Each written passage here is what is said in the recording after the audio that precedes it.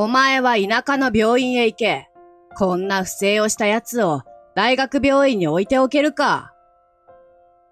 大学病院で外科部長として働く俺は、以前から院長の息子にライバル視されていた。そして今、院長の前で彼に不正をなすりつけられている。俺はそんなことはしていません。院長に抗議するも、院長は聞く耳を持たなかった。とにかく証拠はすべて上がってる。こちらとしても大ごとにするのは不本意だから、今回のことは内密にしてあげよう。ただ、君に責任を取ってもらうことにするよ。地方に飛んでもらう。そんな。院長は息子をかばい、このまま俺を左遷するつもりらしい。息子は焦る俺を見ながら、いびつな笑みを浮かべた。ははは、お前は畑でも耕してな。この薄汚いやぶ医者が。こうして俺は理不尽に大学病院から田舎の診療所へと左遷させられることになった。だが、この時はまだ誰も知らなかった。俺を陥れた連中が、この後、とんでもない制裁を受けることになるなんて。俺の名前は堤光一。都内の大学病院で働く外科医だ。幼い頃から手先が器用で好奇心旺盛だった俺は、その知識欲を満たすべく、医大を卒業後に外科の医局に入った。入局後は尊敬する先輩医師について回り、とにかくいろいろな症例を経験した。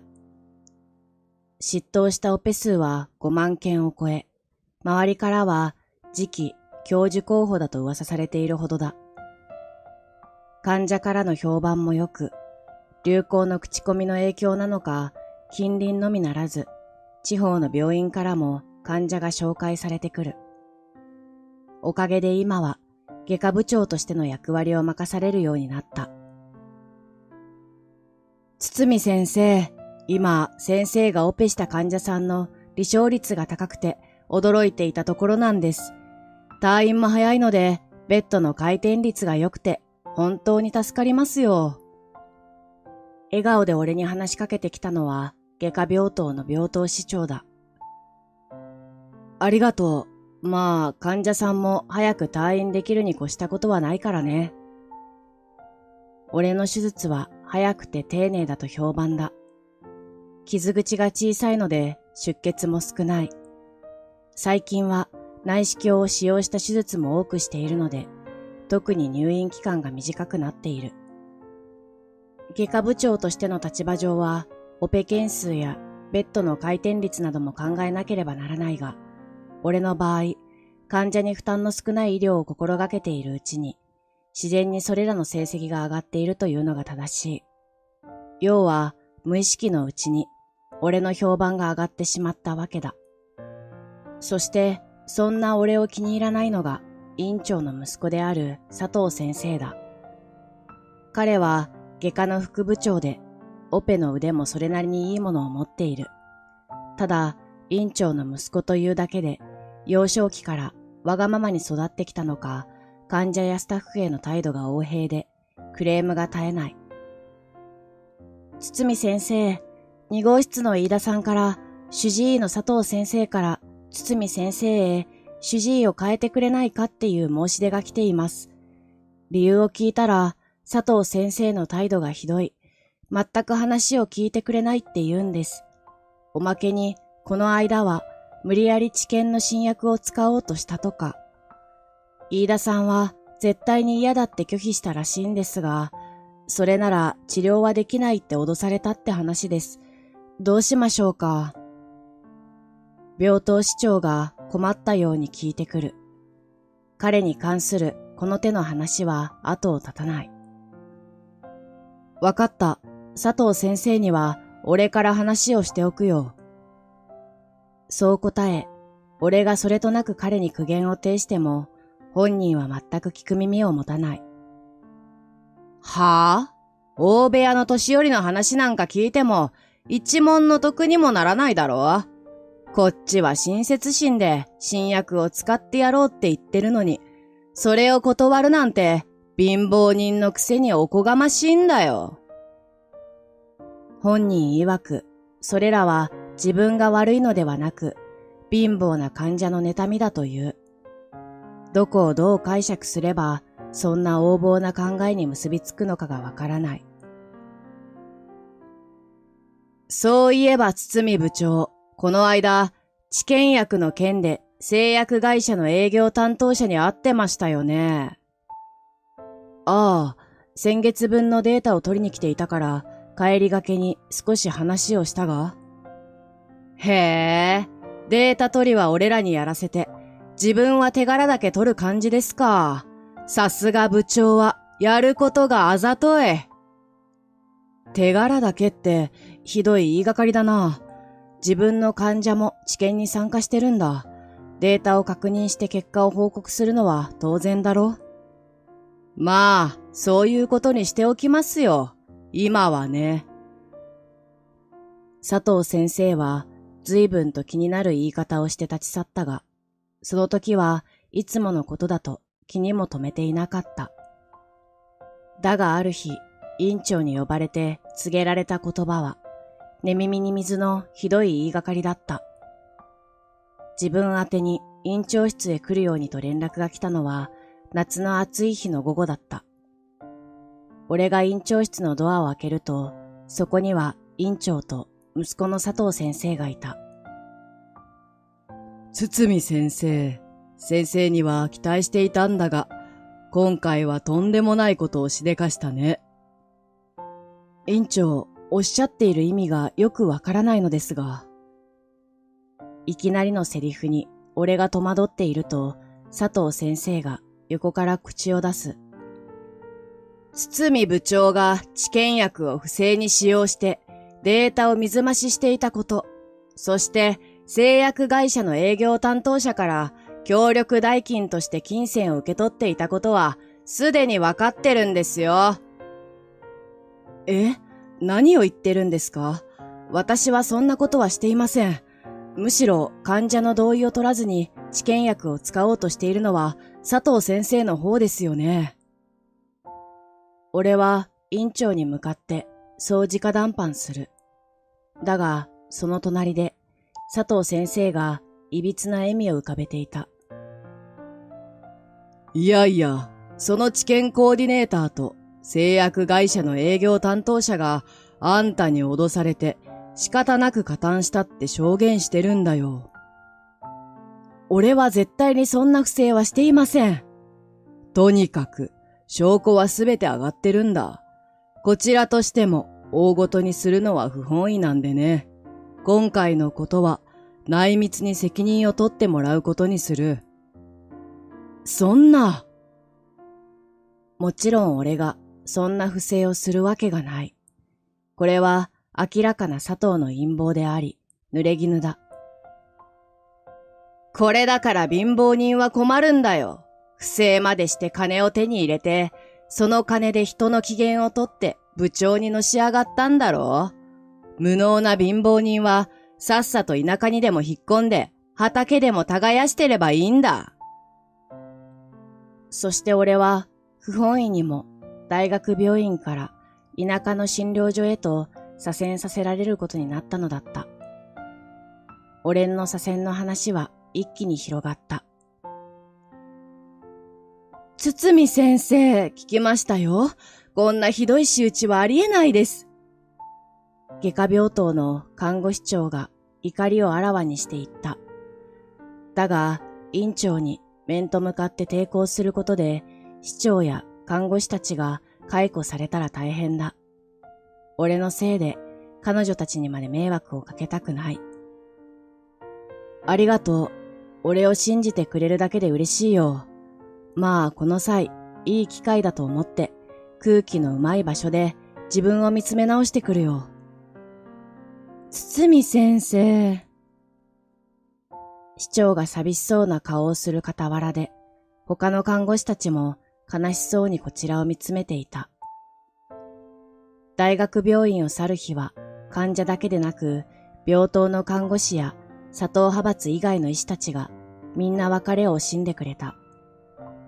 俺は田舎の診療所へと移動する車の中で誰にも知られることなくひっそりと泣いた。俺の新しい勤務地は有名な山脈の谷間に位置し、川の上流にある景勝地だった。風光明媚といえば聞こえはいいが、温泉や宿泊地のある登山場であり、人口は数百人と大学病院の病床数よりも少ない。診療所には通称大先生と呼ばれるおじいちゃん先生と20代後半の西村さんという看護師がいた。大先生はとにかくのんびりした性格らしく、患者と1時間世間話をするなんてことは普通で、とにかくやる気がない。西村さんは必要以上に会話をせず、頬杖をつきながら待合所にあるテレビを無言で眺めている。診療所を訪れる患者さんは風邪や腹痛、ちょっとした怪我ぐらいのもので、とにかく暇だった。雨の日などは一人も来ず、大先生と西村さんがせんべいを片手にお茶をするのが日常だ。とにかくのんびりまったりした空気で、都会の大学病院で1分1秒を争う現場で仕事をしてきた俺には、正直耐え難い環境だった。今日は患者さんまだ来てないの？俺がそう西村さんに聞くと、彼女は呆れたような顔をして言う。ここは都会の大学病院とは違うんです。患者さんが少ないのは平和な証拠。自分が暇だからって病人を増やそうとするのはやめてもらえます？どうせ患者さんが来たところで一人じゃろくに治療もできないくせに。どうやら大学病院から左遷された医者など治療もできないと思われているらしい。ここでじっとしていても何もできないな。そう思った俺は診療所を2人に任せ、村へと顔を出すことにした。すみません。ちょっと外出てきますね。はい、行ってらっしゃい。診療所を出る俺を見送った2人は、やるせない表情をしながら顔を見合わせた。ねえ、大先生。今度の先生はどれだけ持つと思います？私、1ヶ月に1万円かけます。どうかな。わしも1ヶ月が限度だと思うがね。診療所の外に出た俺は、目の前に広がる絶景に思わず声を出す。うわぁ、川の水が飲めるって本当みたいだな。山並みを映し出す川面は、キラキラと光を弾き、空の青さを引き立てる。川底まで綺麗に見えるその透明度は、水の綺麗さを示していた。山道を下って民家を目指すも、家と家との間隔が異様に長い。遠くに見える民家から診療所までは数キロあり、車がなければこの距離を移動してくるのは重労働だ。見かけるのはお年寄りばかりで、若い人はほとんど見かけない。こんにちは。第一村人の男性に声をかけると、彼は驚いた様子で会釈を返してきた。おや、登山に来た方かね。それにしちゃ軽装備だね。いえ、おとといからこちらの診療所に赴任してきました、堤と言います。じゃあ、お医者さんかね。こんな僻地へよく来てくださった。けど、またすぐいなくなってしまうんじゃろう。ここに来たお医者さんはすぐにいなくなっちまう。これでもう何人目かも覚えとらんよ。そうなんですか。でも俺は皆さんの役に立ちたいと思ってるんで、ご心配には及びませんよ。今困ってらっしゃることなどありませんか？最近というか、前から腰が痛いぐらいかのう。腰痛ですか。もしよろしければ少し見させていただいてもいいですか？それから俺は村の家々を訪問し、挨拶がてら体調などを聞いて回るようになった。驚いたことに、診療所から遠く離れた家には介護が必要な高齢者が多く、地域のコミュニティで助け合っていることが分かった。中には明らかに病気を抱えている人もいて、そういう人には定期的に往診に来る約束もした。体調が悪いのになぜ診療所に来ないのかと思うかもしれないが、体に不調を抱えた高齢者がこの山道を何キロも歩いてくるのはかなり難しい。家族や近所の住民から診療所に往診の依頼が入ったりすることもあるが、そういった場合はかなり症状が重症化しているようだ。一応俺も診療所勤務という建前があるので、治療の必要な人には日中往診として訪れるが、そうでない人の家には診療時間が終わってから訪問することにした。それからは診療時間が終わると、すぐに診療所を後にして村へ出るようになった。俺が定時で上がった後、大先生と西村さんはお茶をすすりながら、まだ俺が根を上げないことを不思議に思っていたようだ。もう堤先生がここに来て1ヶ月になっちゃいますよ。最初の2、3日は暇そうでしたけど、最近は妙に張り切ってるし、なんかやめそうにないですね。西村さんが悔しそうにつぶやくと、大先生は面白そうに答える。いやー、わからんよ。あいつももうそろそろ限界なんじゃないか？最近はここにいても、何か奥の部屋で何やら機械をいじったりして内職ばかりしとるだろう。最近の若いもんはやる気がなくてダメだよ。つまらないとすぐにやめる。根性がないんだよ。すると家族の内服薬をもらいに来ていた村人が二人の会話を聞いて口を挟んできた。それって堤先生のことですか？大先生、そりゃ思い違いですよ。だってあの先生、ここの仕事終わりに村の家を回ってるんですよ。堤先生が？そうです。この間なんて高崎さんちのおじいちゃんが食べ物を喉に詰まらせちゃってね。たまたま先生が来てくれてたから大事にならずに済んだっていう話でしたよ。へえ、そんなことが。みんな足が悪いとか仕事が終わるとここは閉まってるからっていう理由で調子が悪くてもなかなか診察しに来ないでしょ。だから往診に来てくれてすごく助かるって評判なのよ。そうだったのか。診療所の二人は村人から聞いた事実に驚いた。確かに村の人たちからは診療所が遠くて行くのが大変だとよく愚痴をこぼされていた。だが、所詮診療所を訪れるほどじゃないから来ないだけだと軽く考えていたのだ。次の日、俺が診療所へ行くと、不意に大先生から声をかけられた。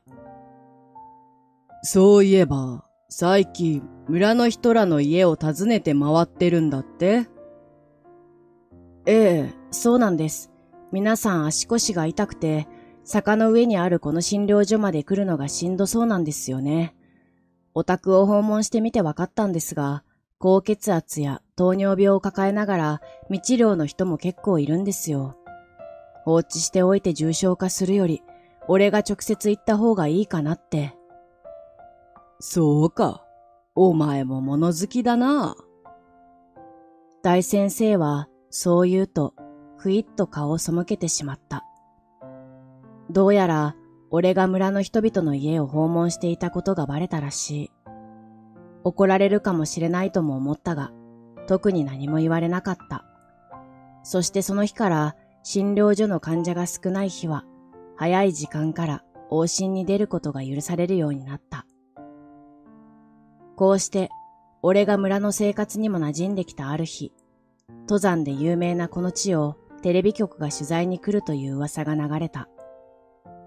テレビ取材は今までも年に1、2回あったとのことで、地元の人たちはテレビ慣れしていた。俺は登山の取材に関しては何も知らないので、テレビの取材に詳しい西村さんにそれとなく質問してみる。けど、テレビの取材用の車って登山道の入り口までしか入りませんよね。じゃあ、登山の風景を撮るには、あの重い機材を抱えていかなきゃダメなんだ。俺もせっかくだから、今度の休みにでも登山してみようかな。ふと、登山に興味の湧いた俺がそう口にすると、西村さんは俺の体を上から下まで眺めてからこう答える。先生、登山を甘く見ちゃダメです。先生みたいな筋肉のかけらもない、ひょろひょろした人には、登山は絶対無理です。西村さんにそう言われ、俺は苦笑いしながら午後の往診に向かおうと診療所を出た。この村での生活にもだいぶ慣れ、穏やかに流れる時間に意味不明な焦燥感を感じることもなくなった。俺は俺らしく人に向き合っていこうと思えるようになってきた。山のふもとにあるお宅で診察を終え、外に出るといつの間にか結構な勢いで雨が降り出していた。うわぁ、これはやみそうにないな。雨具を持ってきて正解だったよ。山の天気は変わりやすい。さっきまで晴れていたのに、急に雨が降り出すなんてことは日常茶飯事だ。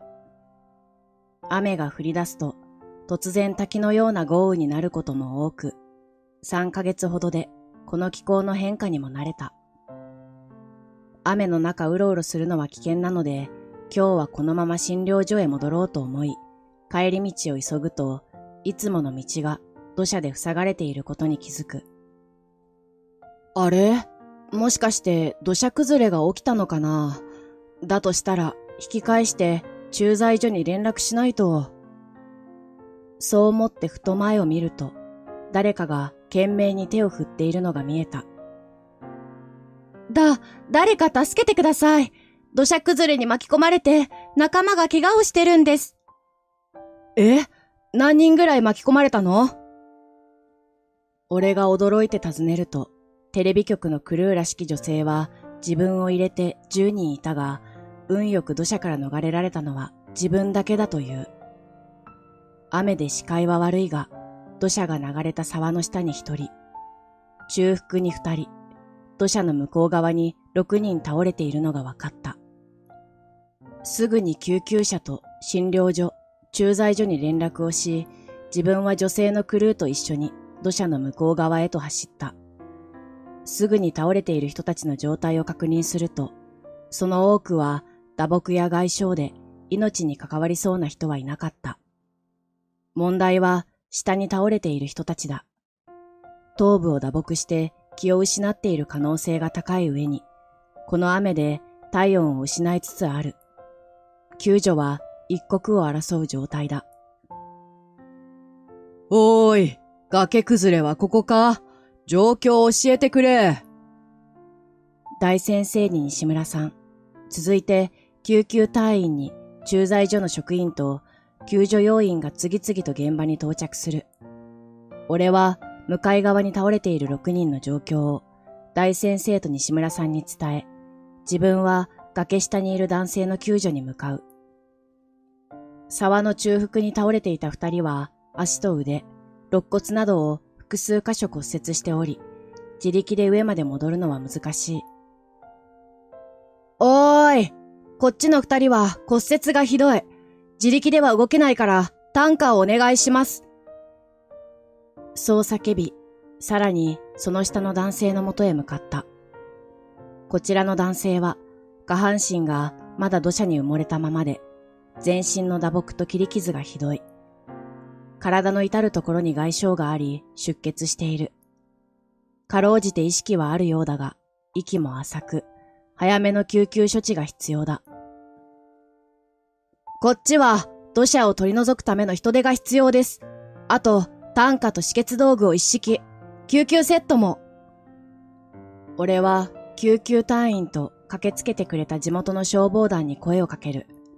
ついで手元にある往診グッズで止血や補液を試みながら男性に励ましの声をかけ続ける。大丈夫ですか？今助けがこっちに向かってます。気をしっかり持ってくださいね。痛い。もうダメだ。そんなことはないです。俺がダメだったら、娘にこれを。差し出されたビニールバッグの中に、この山で撮ったブルービーの写真があった。このブルービーは、見た者に幸運を呼ぶという青い蜂だ。綺麗な山にのみ生息する。秋の田村草の花に集まる幻の蜂で、国内でもめったにお目にかかれない貴重種である。そういえば、最近山登りが好きなハイカー女子たちの間で話題になっていたことを思い出す。おそらく彼は娘にこのブルービーを見かけたら写真に撮ってもらうよう頼まれたのだろう。これを渡して元気で幸せになれと。男性は自分に万が一のことがあったらこの写真とメッセージを俺から娘に渡してほしいとでも言いたいのだろう。だが、俺はそんなことはしない。彼が無事に生き残って、自分の手で娘にその写真を渡してもらうからだ。この写真は自分で娘さんに渡してください。大丈夫。絶対に俺が助けてみせますから。本当に助かりますか？助けます。俺を信じてください。はい。お願いします。大丈夫。もうすぐです。地元消防団や消防隊員の助けもあり、男性は土砂の中から救出されたが、下肢に開放骨折が認められた。出血もひどい。そのタイミングで車で1時間ほどかかるふもとの町の総合病院から受け入れ可能との連絡が入った。だが、搬送に時間がかかりすぎて、とても長時間放置できる状態ではない。総合病院に運ばれるまで往復2時間か。それじゃあ間に合わないな。大先生、裏のオペ室を借りてもいいですか？俺は大先生に聞く。構わんが、あの部屋じゃまともなオペなんてできないぞ。そもそも機械系統がまともに作動するかわからん。最近メンテナンスもろくにしておらんはずだ。大丈夫です。万が一のことを考えて、俺が少しずつメンテしてましたから。使い方もバッチリです。ぜひ使わせてください。何を隠そう、診療所の奥に使われていないオペ室を見つけた俺は、今までかなりの時間をかけ、機械の状態を確認し、コツコツと使える状態に戻していたのだ。あの古びたオペ室をか？君が毎日こそこそと何やら内職していたのは、そういうことだったのか。なら、西村くんを助手にするといい。彼女は去年まで、都内の大学病院でオペ官をしていた逸材だ。いい仕事をしてくれるぞ。はい。じゃあ、西村さん、よろしく頼みます。はい。こちらは、大先生と地元の皆さんが手伝ってくれます。いつも親身になってくれる堤先生の力にどうしてもなりたいって言って皆さんが集まってくれたんです。地元の婦人会には昔市内の総合病院で看護師をしていた人たちがいる。今は退職して地元でボランティアをしながら農業をしているそうだ。何かあったらいつでも力になるから遠慮せんで声かけるんだよ。ここは大船に乗ったつもりで、私らに任せなさい。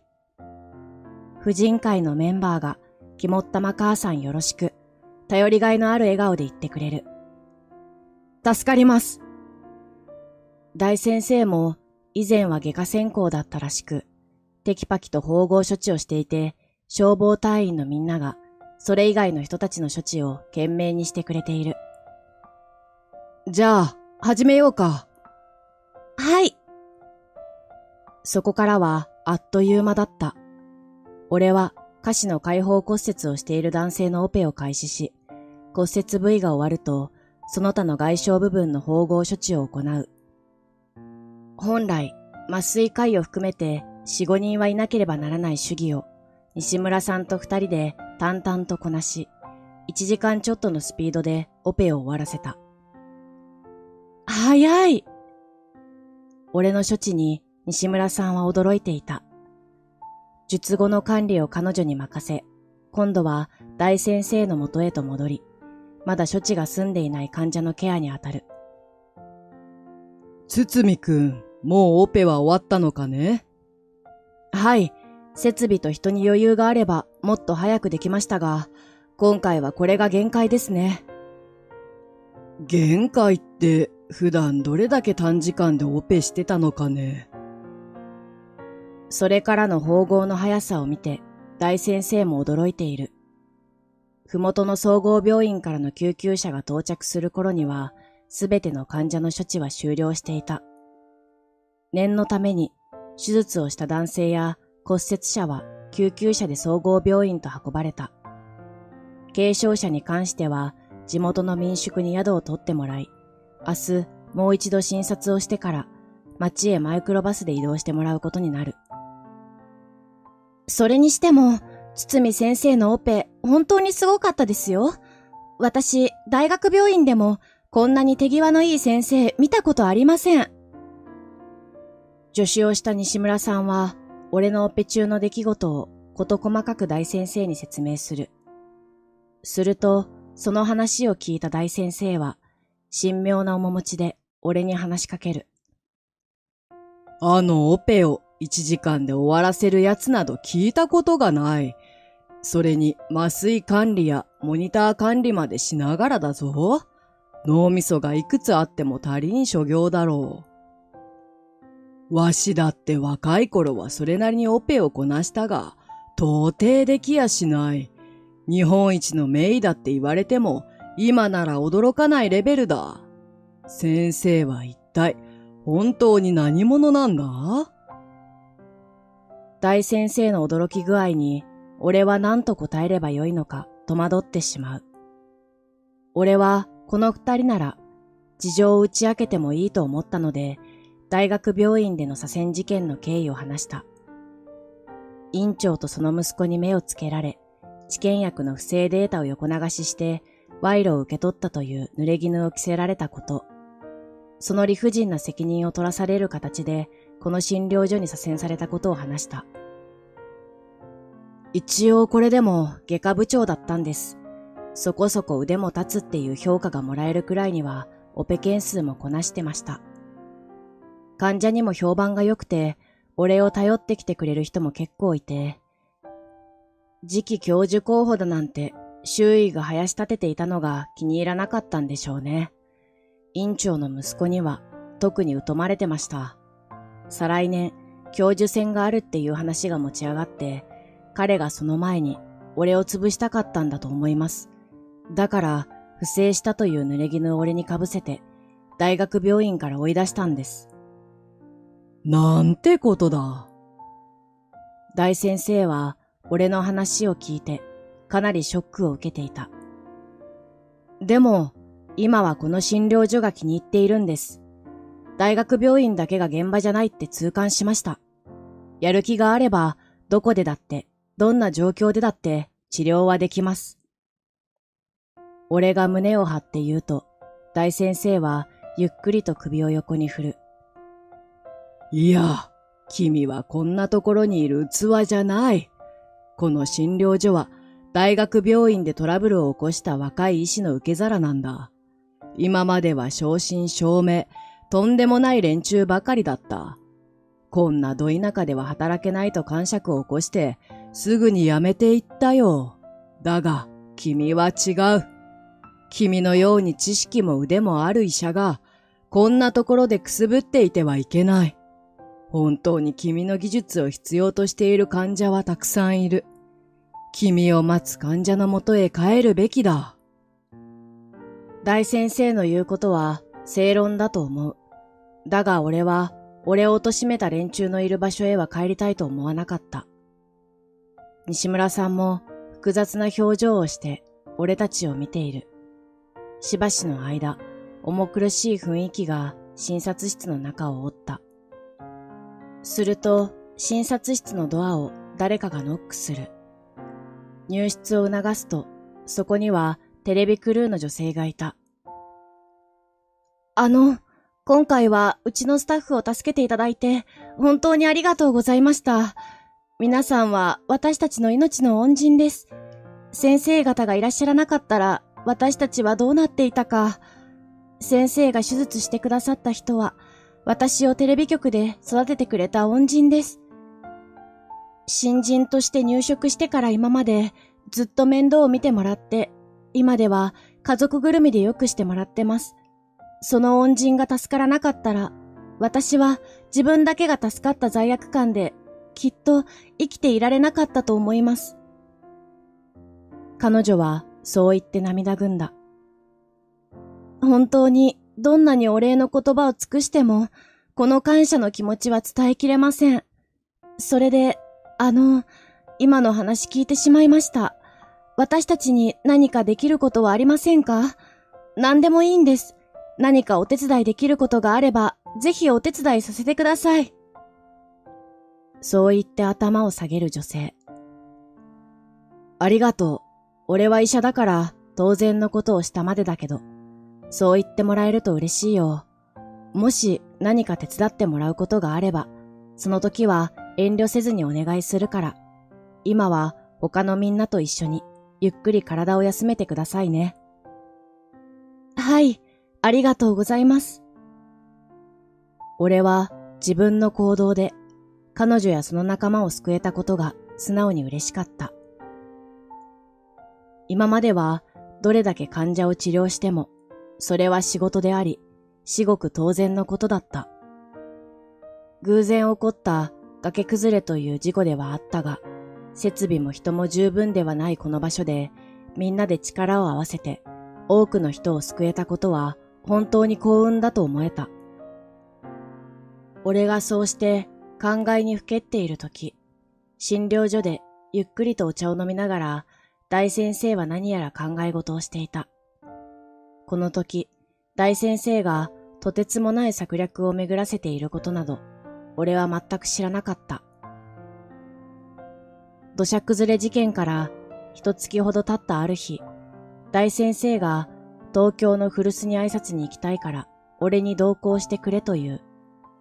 しばらく東京に出ていないので道案内をお願いしたいのだという。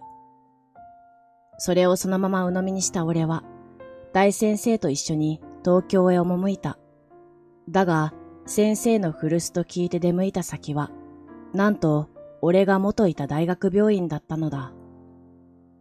院長室へ何も言わずにずけずけと入り込む大先生。そして目の前には院長と息子の佐藤、そして俺。部屋の中をビュービューと冷たいブリザードが吹き荒れているようだ。今回はどのようなご用件で？あんな田舎の診療所からよく迷子にならずにここまでたどり着けましたね。まず第一声、院長が大先生に向かって嫌味を発する。なんの、わしには堤くんという優秀な案内人がいるからな。こんな図体だけでかい病院になど目をつむってでもたどり着けるさ。ほう、ここで大失態を犯した落ちこぼれを捕まえて優秀だなどとあなたも随分年を取ったらしい。恥をかく前に一刻も早く田舎に引き返すことをお勧めしますよ。いきなりの嫌味の応酬に、一体どうなってるんだと戸惑う俺の前で、大先生はいきなり大手をかける。実は、わしが今日来たのは、お前らが今までやってきた悪事をすべて大っぴらにするためだ。はあ？これは本当に頭がおかしくなったようだな。わざわざ息子まで呼びつけて何事かと思ったが、てんで話にならん。おい、警備をここに呼べ。え？今、息子って？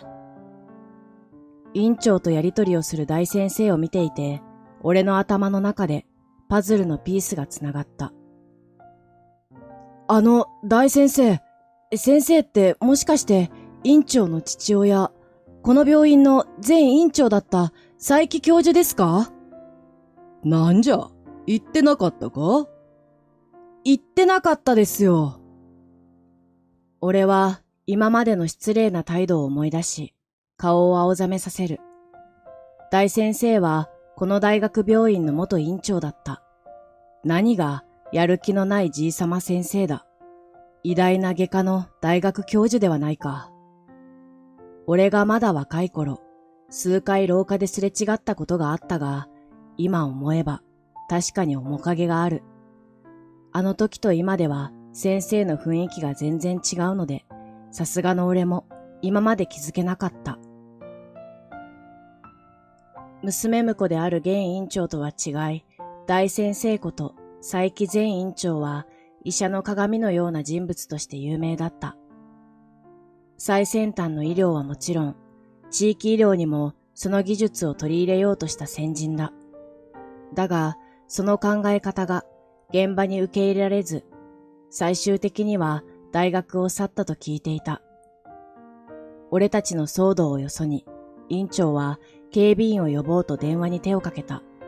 すかさず、大先生が続ける。警備を呼んで追い出されるのはお前たちの方だぞ。今回わしは、堤先生がこの病院を追い出された理由を独自に調べた。そうしたら、堤先生にかけられた不正疑惑は、全くの作り話であることが分かったぞ。そのセリフに、今度は息子の佐藤が反応した。そんなことはありません。堤の不正は本物です。治験コーディネーターや製薬会社の営業担当者からも証言は取っています。だから、それが全くの嘘だと言ってるんだ。お前が証言を取ったというコーディネーターや営業担当者は、話の口車を合わせないと、二度と治験薬のデータ採取に協力しないと、お前に脅されたと証言しているぞ。大先生の話を聞いて、佐藤は悔しそうにはがみする。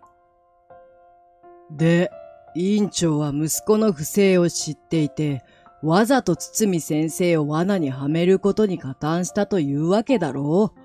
製薬会社とはべったりと癒着してるようだしな。息子を調べられて自分の懐まで飛び火するのが怖かったんだろう。まったく情けない奴らだ。大先生は今度は院長に向かってそう言う。バカなことを言うな。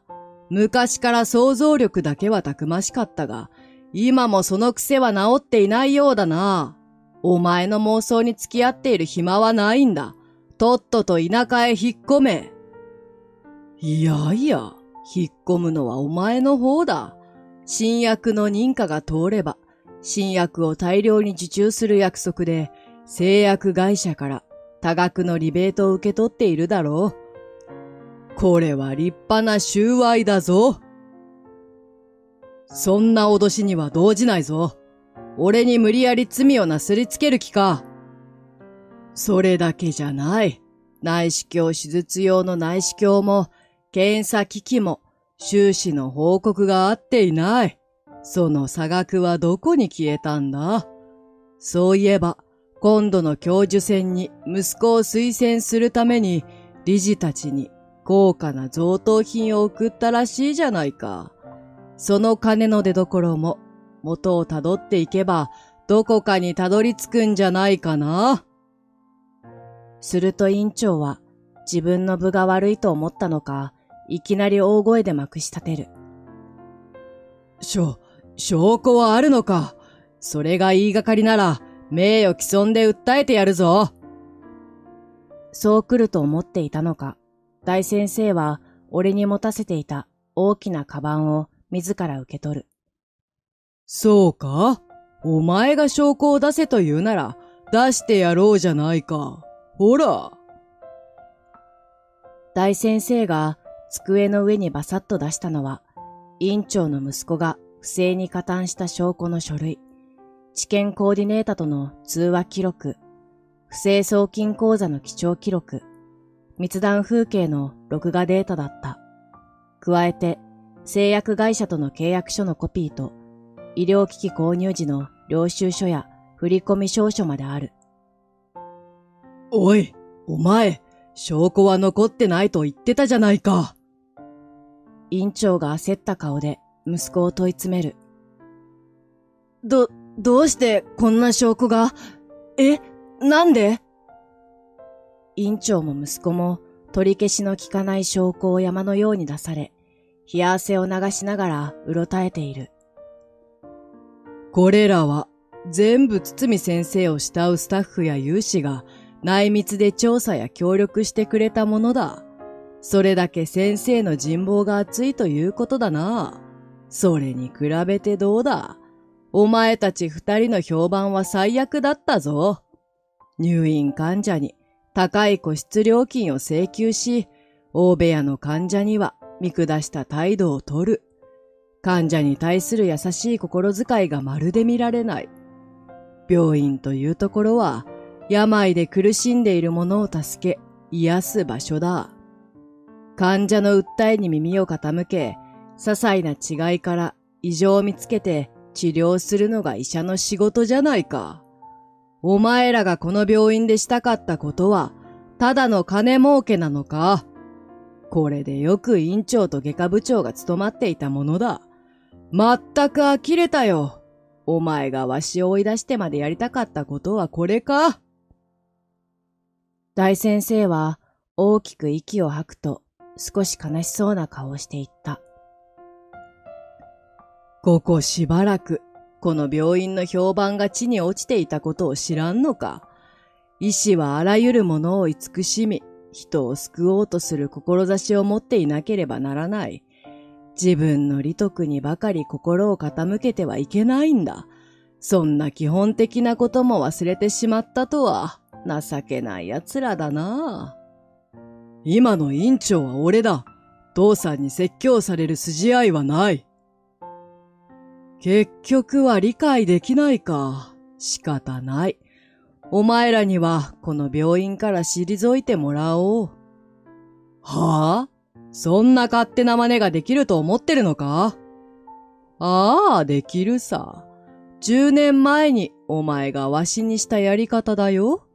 お前は今回同様、俺に不正の濡れ衣を着せ、理事会に告発して、俺の不信任案を可決させただろう。だから今度は、俺もそれを利用させてもらった。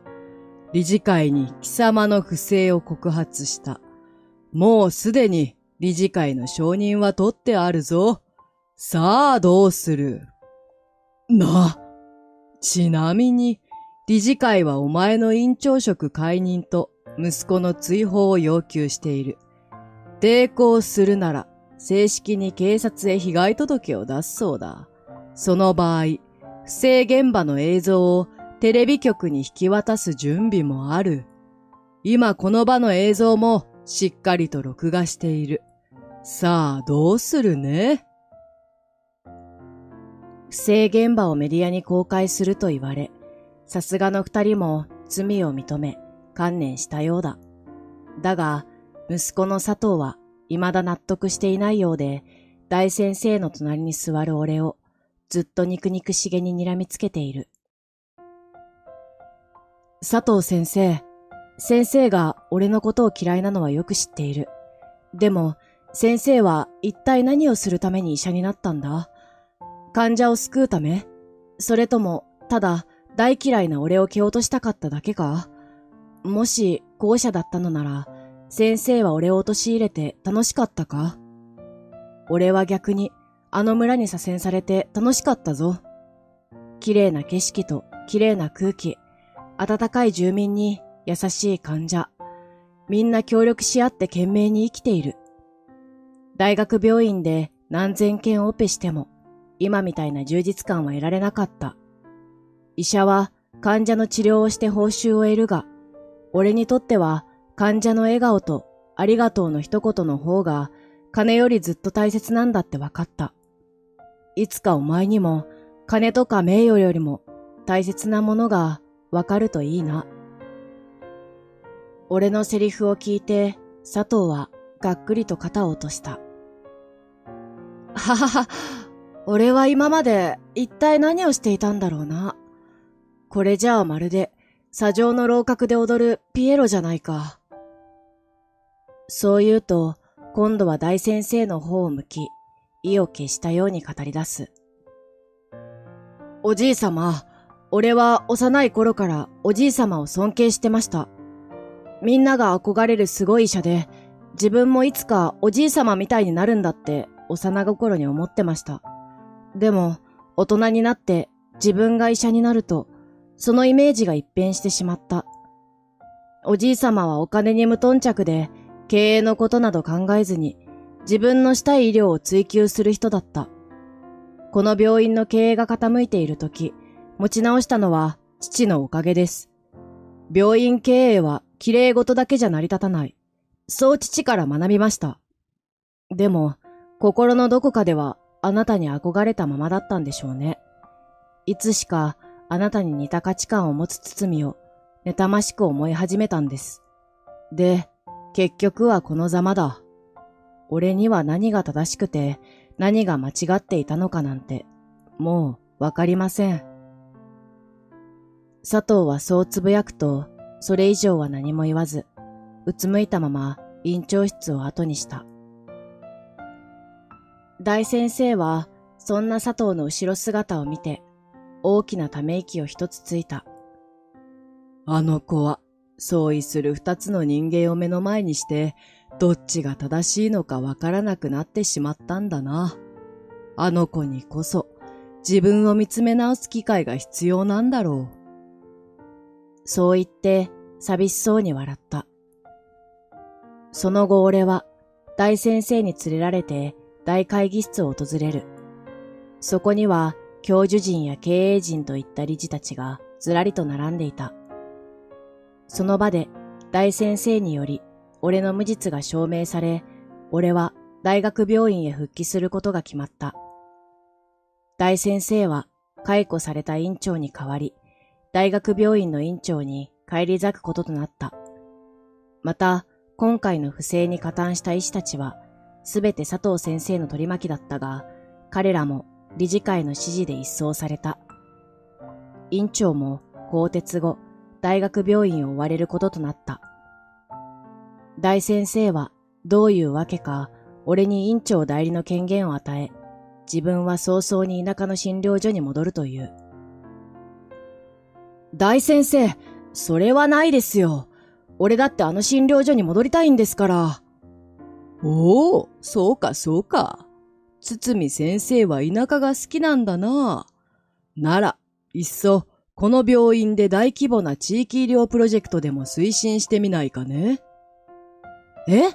そんないい話があるんですか？それならぜひ、俺もそのプロジェクトに加えてください。俺たちは、地方の医療過疎地に大規模な訪問医療のシステムを導入することにした。地方自治体も巻き込んだ大プロジェクトだ。デジタルを駆使した訪問診療車両を過疎地まで運行させ、定期的な検診や診察を行う。加えて、廃校になった小学校の校庭をヘリポートにし、緊急時はドクターヘリの派遣も可能にした。今では都心にいながら村のみんなと画面越しで気軽に挨拶まで交わせる状況だ。今は診療所の西村さんとも定期的に連絡を取っている。堤先生、今度はいつ頃こっちに来られます？今週末には行けるかな。じゃあ、楽しみに待ってます。高峰さんが美味しい山菜をたくさんくれるって言うから、山菜で天ぷらパーティーでもしましょう。おう、いいね。今では自然に東京都と田舎の診療所を往復するようになっている。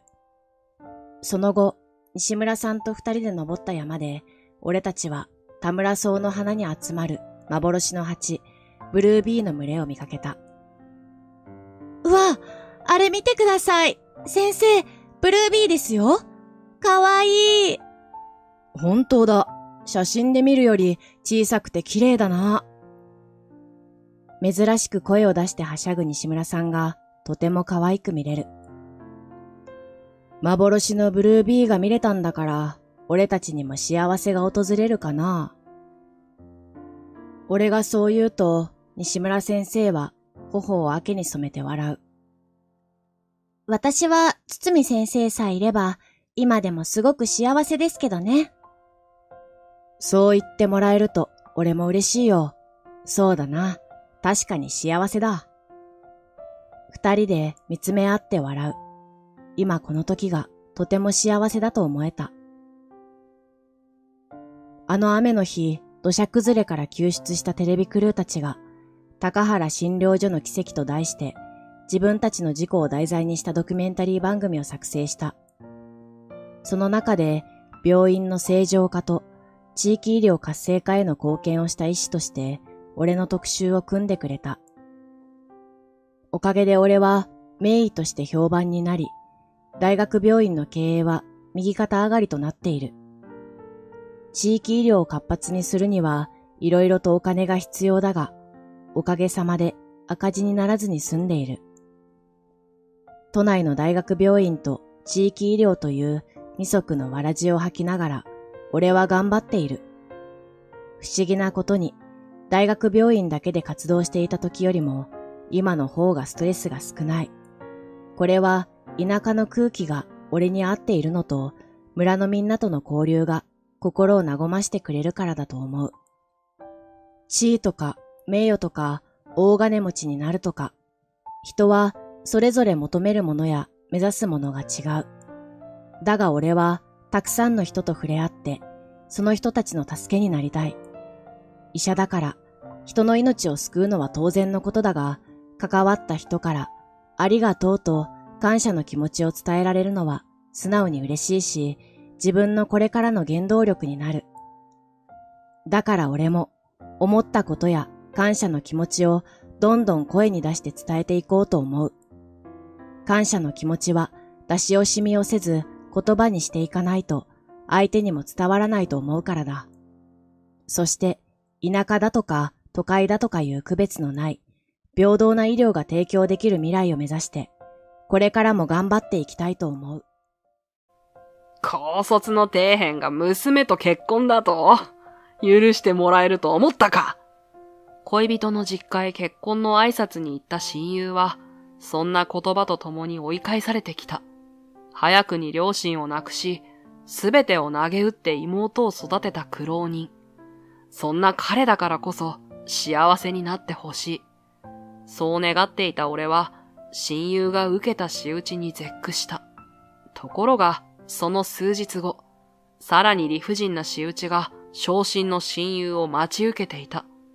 彼が異動とは一体どういうことですか？知らせを聞いて、俺は思わず上司に詰め寄った。それは明らかな左遷の事例で、しかし俺は知らなかった。このことが親友の大逆転劇の始まりになるなんて。今月の成績トップは3ヶ月連続で小田くんだ。よく頑張ってくれたな。部長の言葉とともに同僚たちの間で拍手が起きる。その中を俺は胸を張って前に進み出る。この後すぐ社長室へ行くように。直々にお褒めの言葉があるそうだ。はい。部長に耳元で囁かれると、その顔には隠しきれない喜びが浮かんだ。営業マンとしてあまり素直に感情が出るのもどうかと思うが、まだ28歳の若手なのだから、そこは多めに見てほしい。俺の名前は小田健介。働いている職場は国内でも有数の大企業。その営業部といえば、選び抜かれた人材だけが集まる。会社の内外で有名なエリート集団。そこでたびたび月間成績トップを獲得している俺は、手前味噌だが、かなりのエリートと言えるだろう。教育熱心な両親に育てられ、有名大学附属の中高一貫校を卒業。そのままストレートで大学部に進学。4年間ビジネスと経済について学んだ。就職先もまた、両親の期待に応えられるような一流どころを選んだ形だが、今の俺がいる環境は、決しておごったエリート意識だけで生き残れるような場所じゃない。毎日が激しい競争と膨大な勉強の連続で、努力を怠ったものから脱落していく。その中でトップクラスを走り続ける俺は、もちろん誰にも負けないほどの努力を重ねている自信がある。そして、その結果は上司どころか、社長までもが認めてくれているところだ。小田、よかったよ、さっきの挨拶。すごく堂々としていて。ありがとう。だけど、また風当たりが強くなるな。俺が周囲を見回すと、集まっていた視線が一斉にパッと散った。まったく、言いたいことがあるなら直接言ってくれていいのにな。小田だからだよ、そう言えるのは。呆れ顔をする同僚のように怖くないのかと尋ねてくる人は多い。目立つ存在ほど攻撃を受けやすいものだ。おそらくどこでも同じだが、この職場では特に。一言で表せば、俺の周囲の人間関係は最悪だ。足の引っ張り合いは日常茶飯事。自分以外が目立った成果を上げれば、汚い手段を使ったんだ、と噂を流し、限界を迎えた同僚が退職すれば、邪魔な奴が一人減ったと喜ぶ。チームワークも何もあったもんじゃない。もちろん俺も、でっち上げられた自分の悪評を何度も聞いたことがあるし、ストレートに仕事を妨害された経験は数えきれない。先ほど、全員の前で表彰された時もそうだ。おざなりな拍手がパラパラと起きただけで、その目は一様に厳しかった。生意気に結果を出しやがって、こいつを一体どう潰してやろうか。そんな敵意と黒い感情に満ちた視線を、同僚たちは俺の背中へ一斉に突き刺してきた。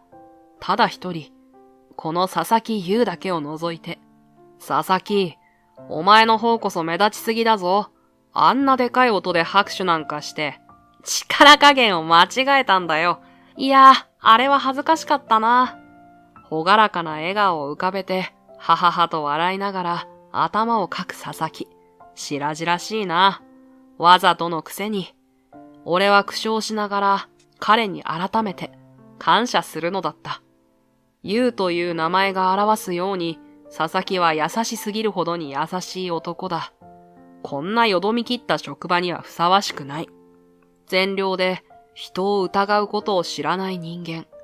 たった一人だけ俺に心からの拍手を送り、すれ違いざまにはおめでとう小田と囁いてくれるような。俺とは別の意味で同僚たちに目をつけられているやつだ。また仕事を押し付けられてるのか？しつこいな、あいつらも。僕は成績が悪いから、せめてこれくらいは部署に貢献しないと。それに、忙しいみんなの役に立てるんだったら、残業くらいお安い御用だよ。お前なあ。人のいい笑みでニコニコする佐々木に、俺は呆れて言葉も出なかった。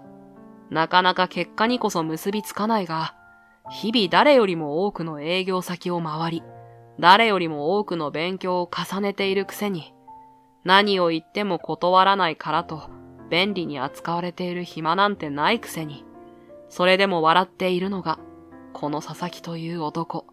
こんな敵だらけの職場で、俺が親友と呼べる唯一の人間だった。なあ佐々木、俺は今度また社長と食事をさせていただくことになったんだ。佐々木も一緒に連れて行ってやるよ。めったにないぞ。社長と同席できるチャンスなんて。社長、そして佐々木という部分を強調して、わざと周囲を牽制する。さらに仕事を押し付けようと近づいてきた同僚は、面白くなさそうな顔ですごすごと退散していった。今のところ、親友を守れる手段はこれくらいだ。社長に目をかけられている俺が、気の弱い佐々木を子分にしている。そう周囲に思わせることが。いやいや、もったいないよ、僕なんかには。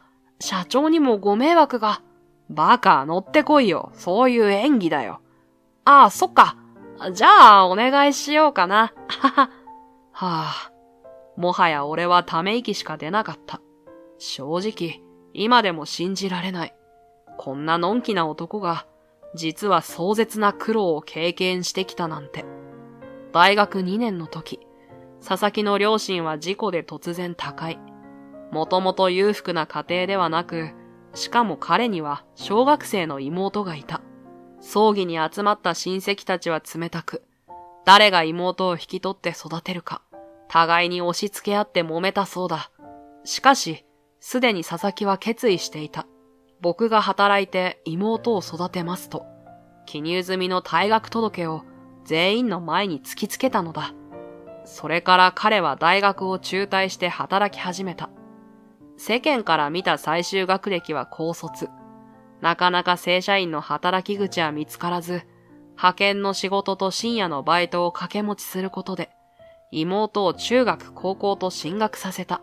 そして、彼女の弁護士になりたいという夢を叶えるため、さらに睡眠時間を削って働き、生活費と学費を稼ぎ続けた。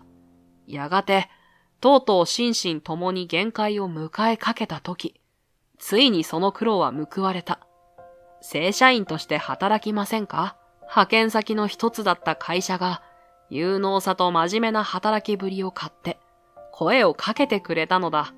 その会社とは、なんと国内でも有数の大企業。こうして、当時26歳の佐々木は、たまたま同い年だった俺の同僚となったのだった。あの頃から小田は、バリバリ契約を取って大活躍だったよね。僕なんて、期待外れもいいところだったのに。まだ2年目にしてはよくやっている方じゃないか。このまま行けば、そのうちお前も社長の目に留まるぞ。あは、だといいんだけど。本人は謙遜するが、これは俺の本心だ。所詮高卒の派遣上がり、と周囲が見下す中、佐々木は地道に、かつ着実に成績を伸ばしつつある。ノルマは毎月必ずこなしており、取引先からの評価も上々。彼をスカウトした人事の目は正しかったということだ。佐々木のような人間こそ、ちゃんと努力が報われてほしい。そう思えるくらいには、まだ俺は職場の空気に染まりきっていない。そしてこれからも、人として尊敬する彼が親友と呼んでくれる人間であり続けたいと。俺はそう思っている。よし、こっちに半分よこせ。その仕事手伝ってやるから。だけど、小田まで残業することに。俺を誰だと思ってるんだ？この3ヶ月連続トップ様にかかれば、この程度の仕事は定時まで。いや、午前中にでも終わるんだよ。だから、今晩は飲み代をおごらせてやってもいいぞ。俺が胸を反らして言うと、佐々木はこらえきれずに吹き出した。小田、その俺様？いや、親分みたいなキャラ、さっきから似合ってないよ。うるさいな。飲み代の部分は本当だぞ。ちゃんとおごってもらうからな。そう言って、いつも割り勘のくせに。おかしくてたまらないように、ひとしきり笑うと、佐々木は悪いけど飲みには行けない、と申し訳なさそうな顔になった。先約があったのか？いや、実は今晩、うちに来てほしいんだ。小田に折り入って相談があるから。そう告げる佐々木の顔は、どこか思い詰めているようにも見えるのだった。その日の夕方、定時までに仕事を片付けた俺たちは、二人で佐々木の自宅に向かった。そういえば、ちかちゃんとは久々に会うよ。元気にしてるか？佐々木ちかちゃんは、佐々木と8歳離れた妹。現在は大学の法学部に通い、着実に弁護士への道を歩んでいる。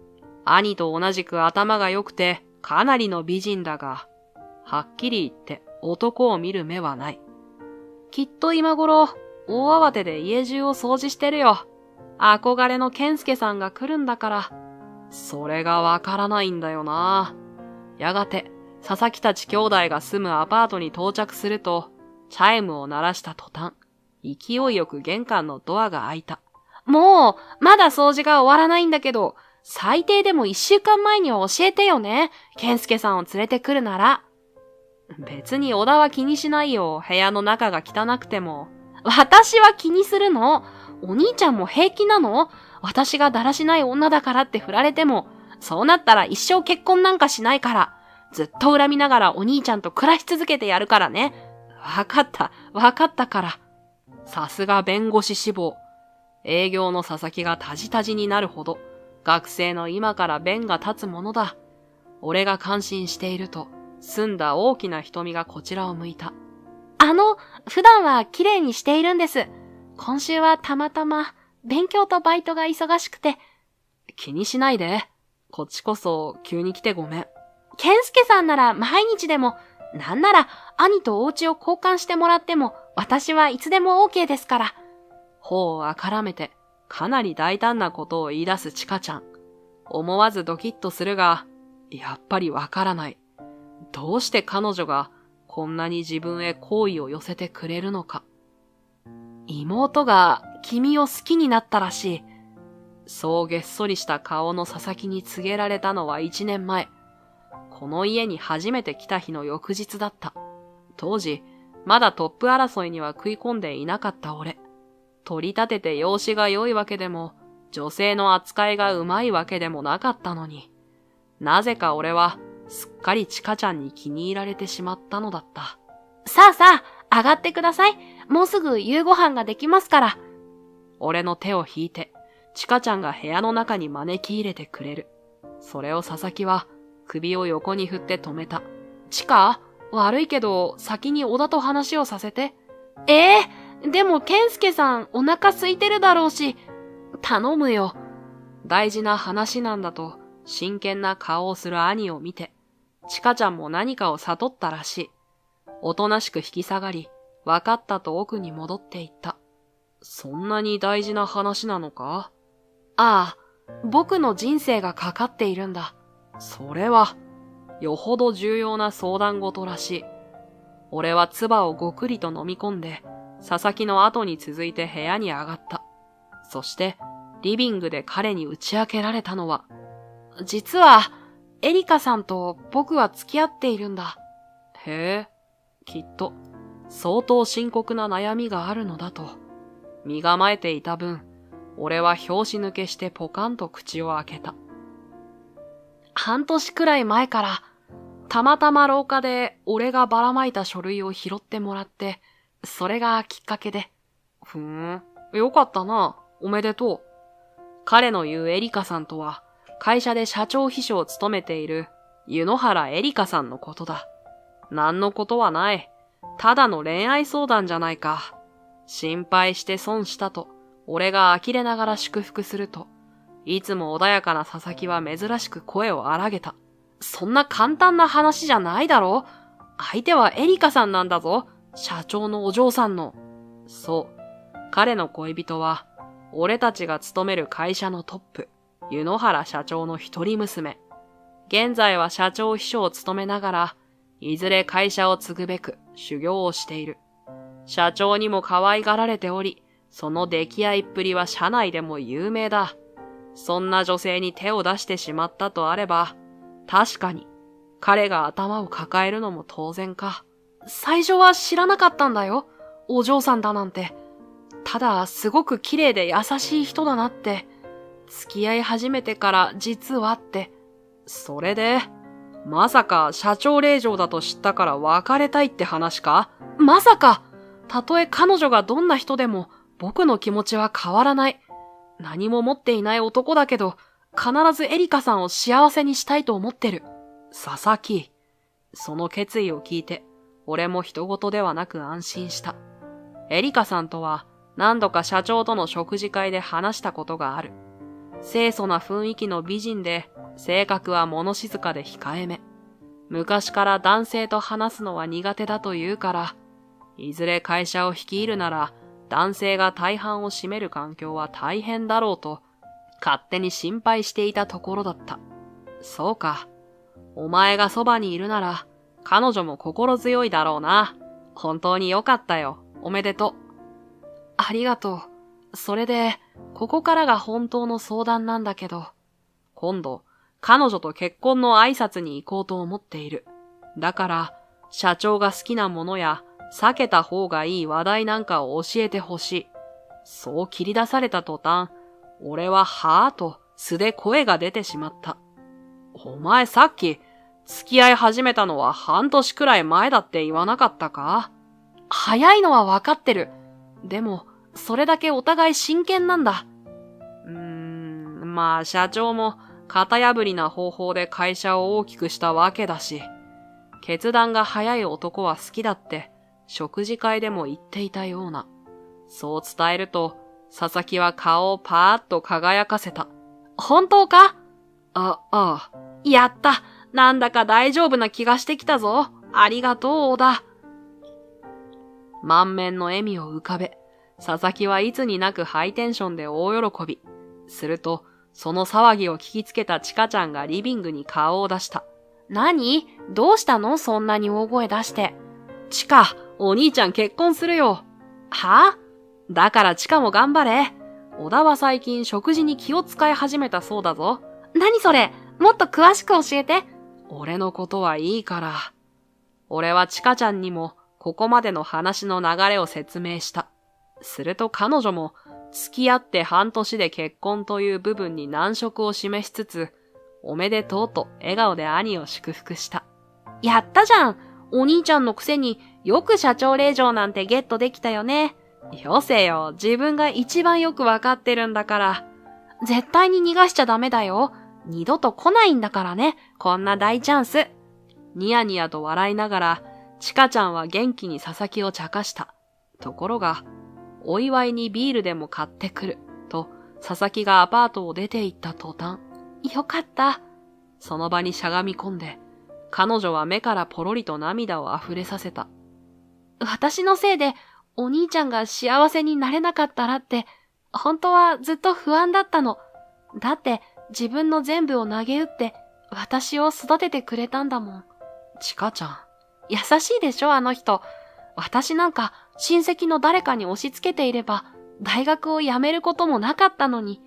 成績優秀で、学費免除の特待生だった佐々木。確かに彼一人なら、バイトをすれば大学に通い続けられたはずだ。けれど、そうしなかったのは、チカちゃんと一緒にいたかったんだよ。たった一人の家族なんだから。わかってる。だから、必ず幸せになってほしいと、チカちゃんは涙と共に笑って言うのだった。お兄ちゃんを助けてあげて、健介さん。挨拶がうまくいくように。もちろん。俺は大きくうなずいて、夕飯の仕上げを手伝いながら佐々木を待った。やがて戻ってきた佐々木に、社長とうまく話すコツを伝授しながら、俺は心の中で、彼の挨拶が成功することを願うばかりだった。そしてあっという間に時は流れ、とうとう佐々木が社長宅へ向かう前日を迎えた。いよいよ明日だな。ちゃんと手土産は用意したか？小田のアドバイス通り、社長がお気に入りの和菓子店で、本当に今日までありがとう。小田がいなかったら、待った。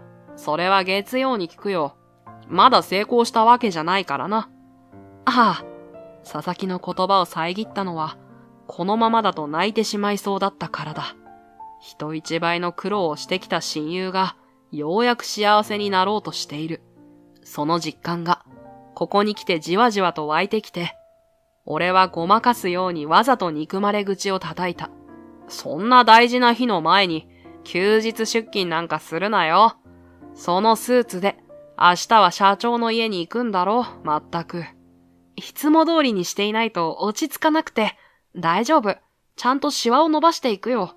何がいつも通りだよ。全然集中できてないくせに。ほら、もう帰れ。だけどまだ、こっちのやる気まで下がるんだよ。お前みたいのがいると、ほら。小田、ありがとうと、佐々木がつぶやくのは聞こえなかったことにして、俺は強引に彼をオフィスから追い出すと、二人分の仕事を片付けにかかった。頑張れよ、佐々木。社長が挙げる理想的な若者の条件は、まず決断力があること。そして、どんな逆境にもめげない根性があること。まさにそれは、様々な困難を乗り越えてきた佐々木そのものだ。だから、きっと大丈夫だと。俺は信じていた。月曜日、佐々木の顔を見るまでは。佐々木は毎朝、誰よりも早く出社する。自主的にオフィスの掃除をしてから、その日の仕事を確認する。そして朝礼が始まるまで、黙々と営業の勉強をする。そんな習慣を、正社員になった2年前から欠かしていない。だからこの日も、佐々木！前日の守備を聞こうと、俺は普段より早い時間に出社。案の定、佐々木は一番乗りでオフィスにいた。俺の呼びかけで、ゆっくりと椅子に座ったまま振り返る。その顔を見て、俺は思わずと声を上げた。ああ、おはよう、小田。早いな。お前、どうしたそれ。俺の指摘に、佐々木はきょとんと首をかしげる。もしかして、気づいていないのか？その両目の下に、くっきりと濃いクマを作っていながら。眠れなかったんだ、全然。かすかに笑った顔を見て、俺は挨拶がうまくいったんだと確信した。だから、おめでとうと声をかけようとした。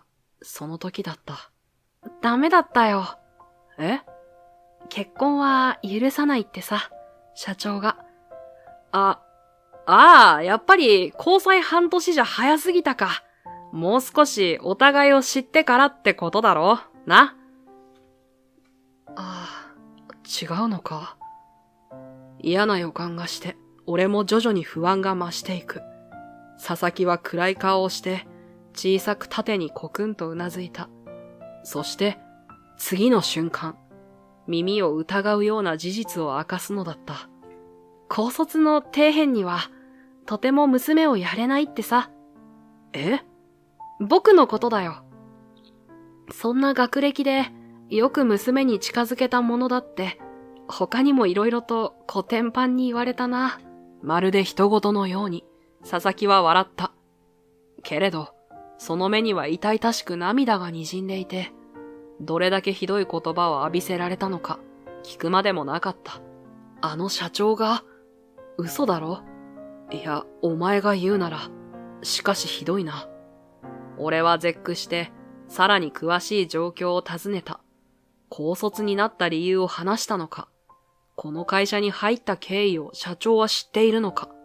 何を聞いても、話したけど、という答えばかりで、その上で、高卒の底辺という暴言を吐かれたのだという。ごめん、小田にも応援してもらったのに、うまくいかなかったよ。こんな時まで、俺のことはいいんだよ。それより大丈夫かお前は。平気。学歴でどうこう言われるのは慣れてるから。それに、僕がエリカさんを好きな気持ち、結婚したい気持ちは変わらないから。そう気丈に笑う佐々木の顔が、俺は胸が苦しくて直視できなかった。そしてこの数日後だった。佐々木に突然、別部署への異動辞令が出たのは、どうなってるんですか部長。いや、私も何が何だか。しかし、こちらも立場というものがだな。廊下で捕まえて問い詰めると、妙に歯切れの悪い返事をする部長。まさか、社長ですか？こんな理不尽な命令を下したのは。私は知らない。とにかく、これは決定だ。佐々木は来週から在庫データ管理部に移動だよ。そう吐き捨てて、部長は俺から逃げるように去っていった。在庫データ管理部とは、ここの社員なら誰でも恐れる名前。やる気がない。あるいは仕事の能力が足りないと判断された社員。あるいは、上の人間に嫌われた社員が最終的に送り込まれる場所。つまり佐々木は、いわゆる窓際部署へ左遷されることになったのだ。ここまでやりますか、社長。高卒の佐々木が気に入らないくらいで。俺の努力を認め、今後の働きも期待していると激励してくれた社長。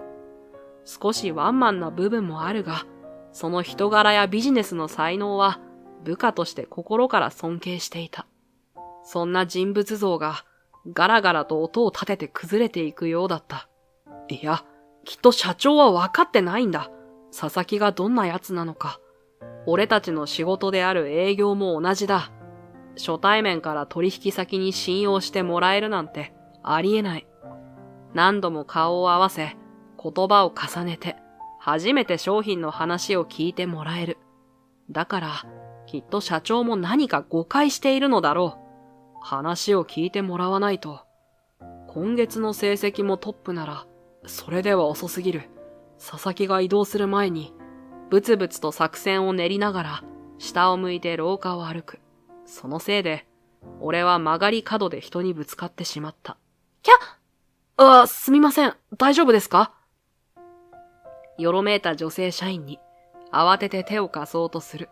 ところが、その動きは途中でピタリと止まった。エリカさん？小田さん、お久しぶりです。俺がぶつかったのは、清楚な雰囲気の美人秘書。社長の一人娘で、佐々木の恋人であるエリカさんだった。佐々木に聞きました。先日は。ビクッと体を震わせて、エリカさんは青くなって視線を外した。けれど、すぐに視線を戻して、凛とした社長秘書の顔で、俺に告げるのだった。ちょうど営業部へお伺いするところでした。社長がお呼びです、小田さん。俺を？すぐに社長室へ。俺の返事も待たず、エリカさんはスタスタと歩き始める。その後を追って、俺も社長室へ向かった。内心、ちょうどいいタイミングだと喜びながら。ところが、俺は社長と話すことができなかった。向こうが一方的に言葉を失うような話をまくし立ててきたせいで。私はね、君と娘を結婚させたいんだよ、小田くん。は？私が将来有望だと見込んだ君が、てっきり結婚の挨拶に来てくれるものと思ったんだ。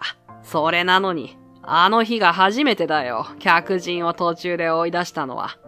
エリカには最高の教育を受けさせてきた。いずれ私の後を継ぐ人間として、どこに出しても恥ずかしくないように、おかげで我が娘ながら、君と同様に有名大学を卒業し、将来有望なエリートへ成長したよ。少し厳しすぎた部分はあったかもしれないが、それは私の愛情だ。すべては最愛の娘の幸せを願って、決して高卒の底辺で出世も望めない男などに嫁がせるためじゃない。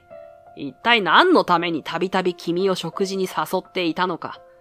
何のためにわざわざエリカを同席させていたのか。私を失望させる前に考えてみろ。ここまで言って、話は以上だと。もう出て行けとばかりに、社長は手をひらひらと振った。そうそう。次回の食事だが、予定はエリカに聞いてくれ。もちろん来てくれるだろうな。それは、こんな話を聞いて、俺が喜んで行きますと答えるとでも思うのだろうか。けれど社長の顔は、俺が断る可能性など、まるで考えていないようだった。断れば、お前も窓際に左遷してやるとでも言うかのような。行かせていただきます。絞り出すように、そう俺は一言だけ答えた。ポジティブに考えれば、これはチャンスだと思ったのだ。社長と落ち着いて言葉を交わし、佐々木の人となりを理解してもらうための。しかし、そんな期待は見事に裏切られた。後日、俺が指定された料亭に足を運ぶと、そこに社長が現れることはなかったのだから。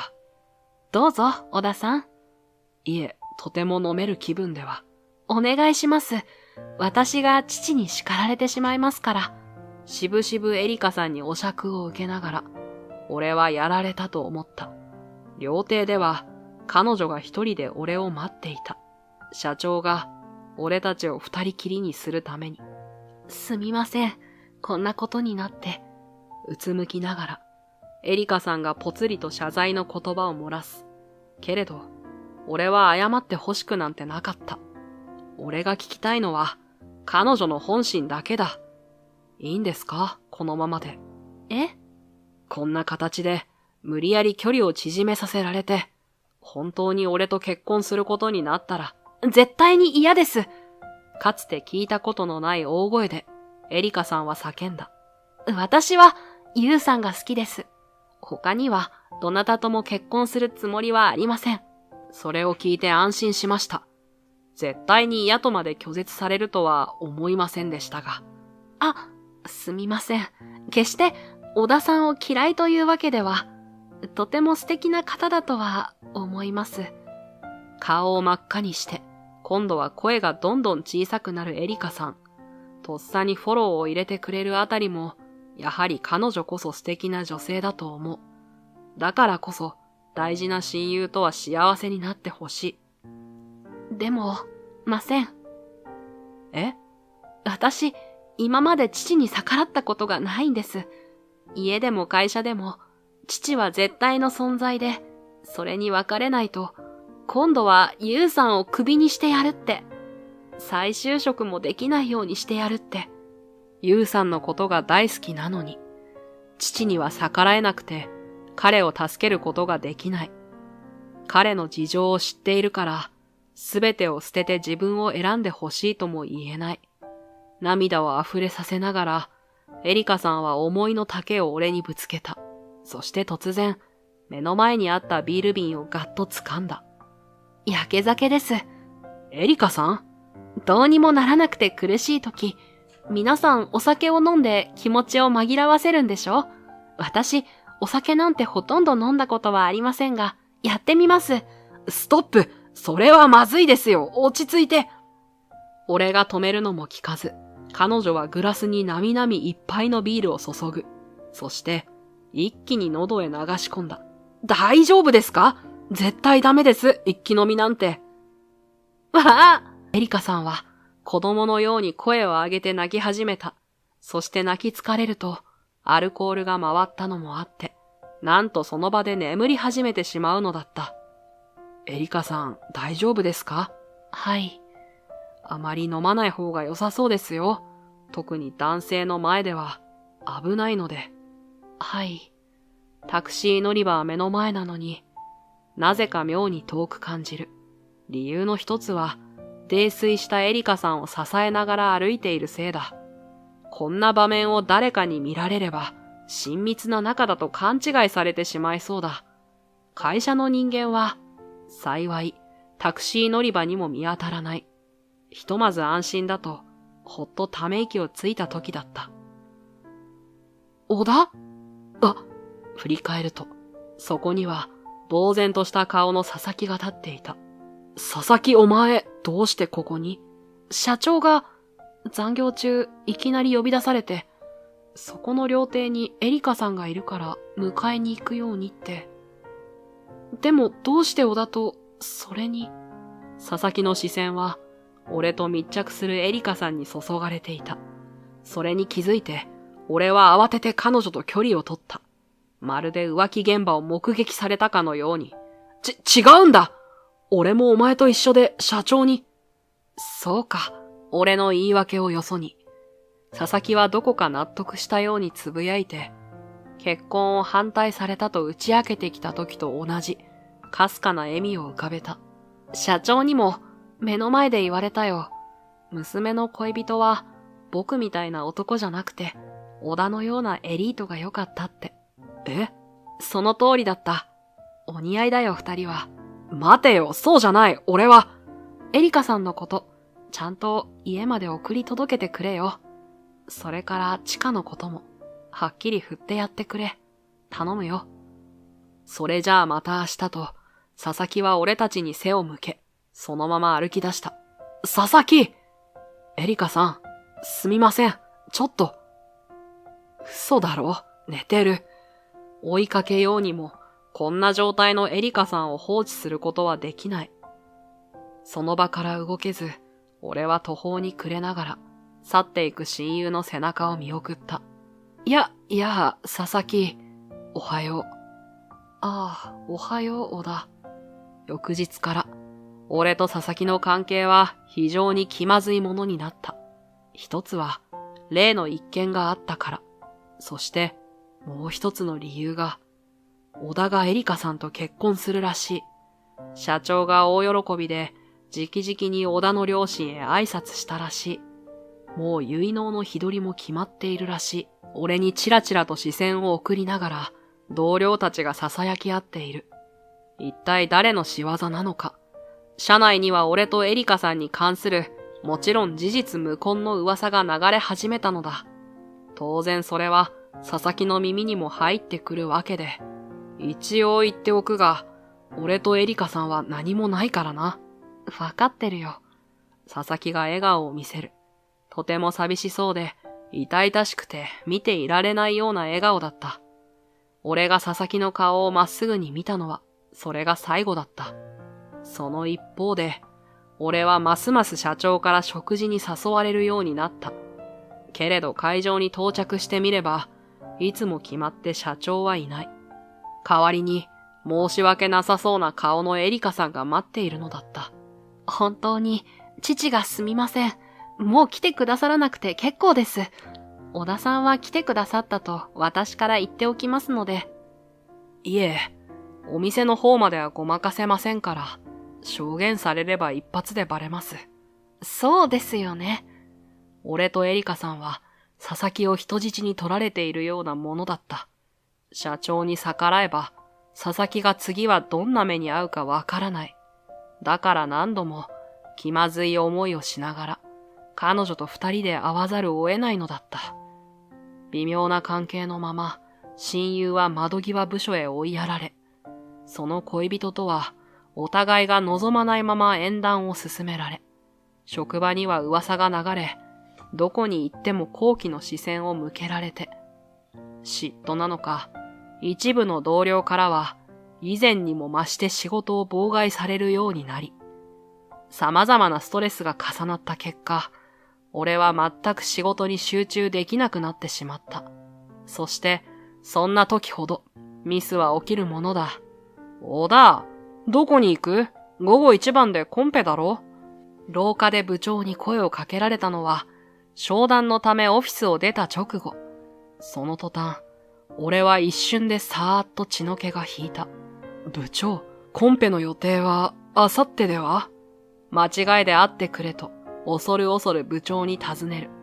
ところが、そんな願いも虚しく、俺は顔を真っ赤にした部長に詰め寄られた。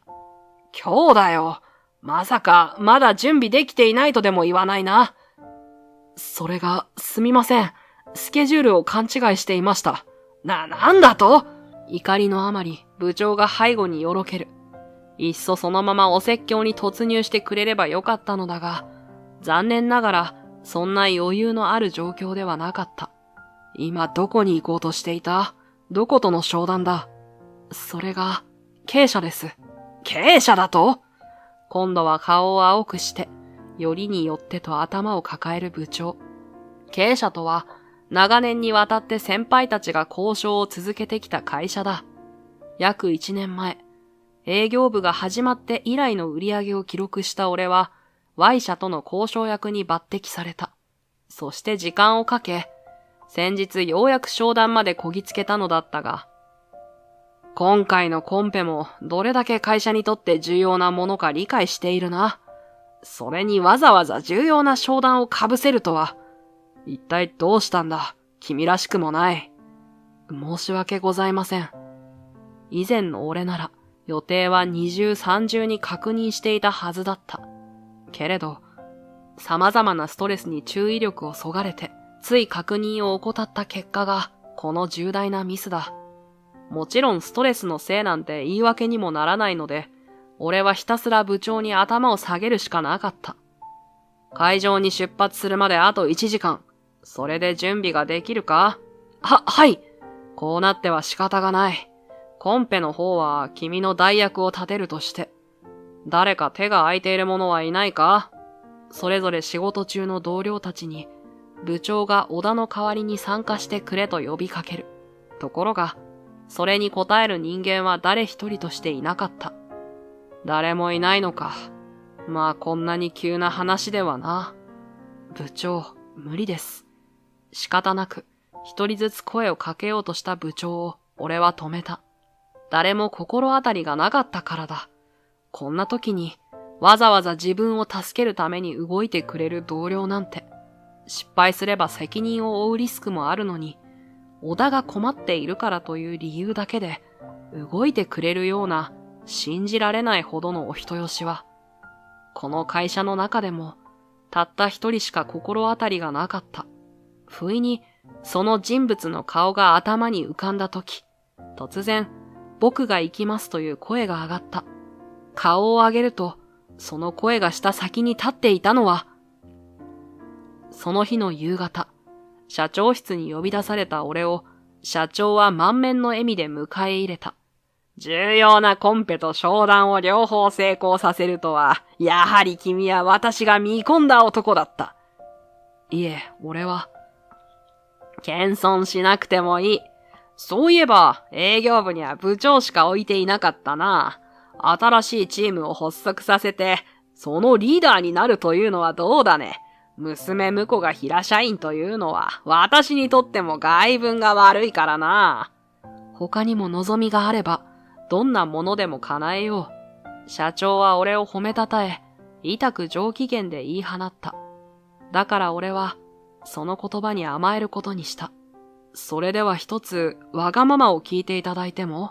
ああ、何でも言いなさい。ありがとうございます。それでは、佐々木を営業部に戻していただけませんか？なんだと？途端に、打って変わって不機嫌な顔を浮かべる社長。それとほとんど同時のタイミングだった。失礼いたします。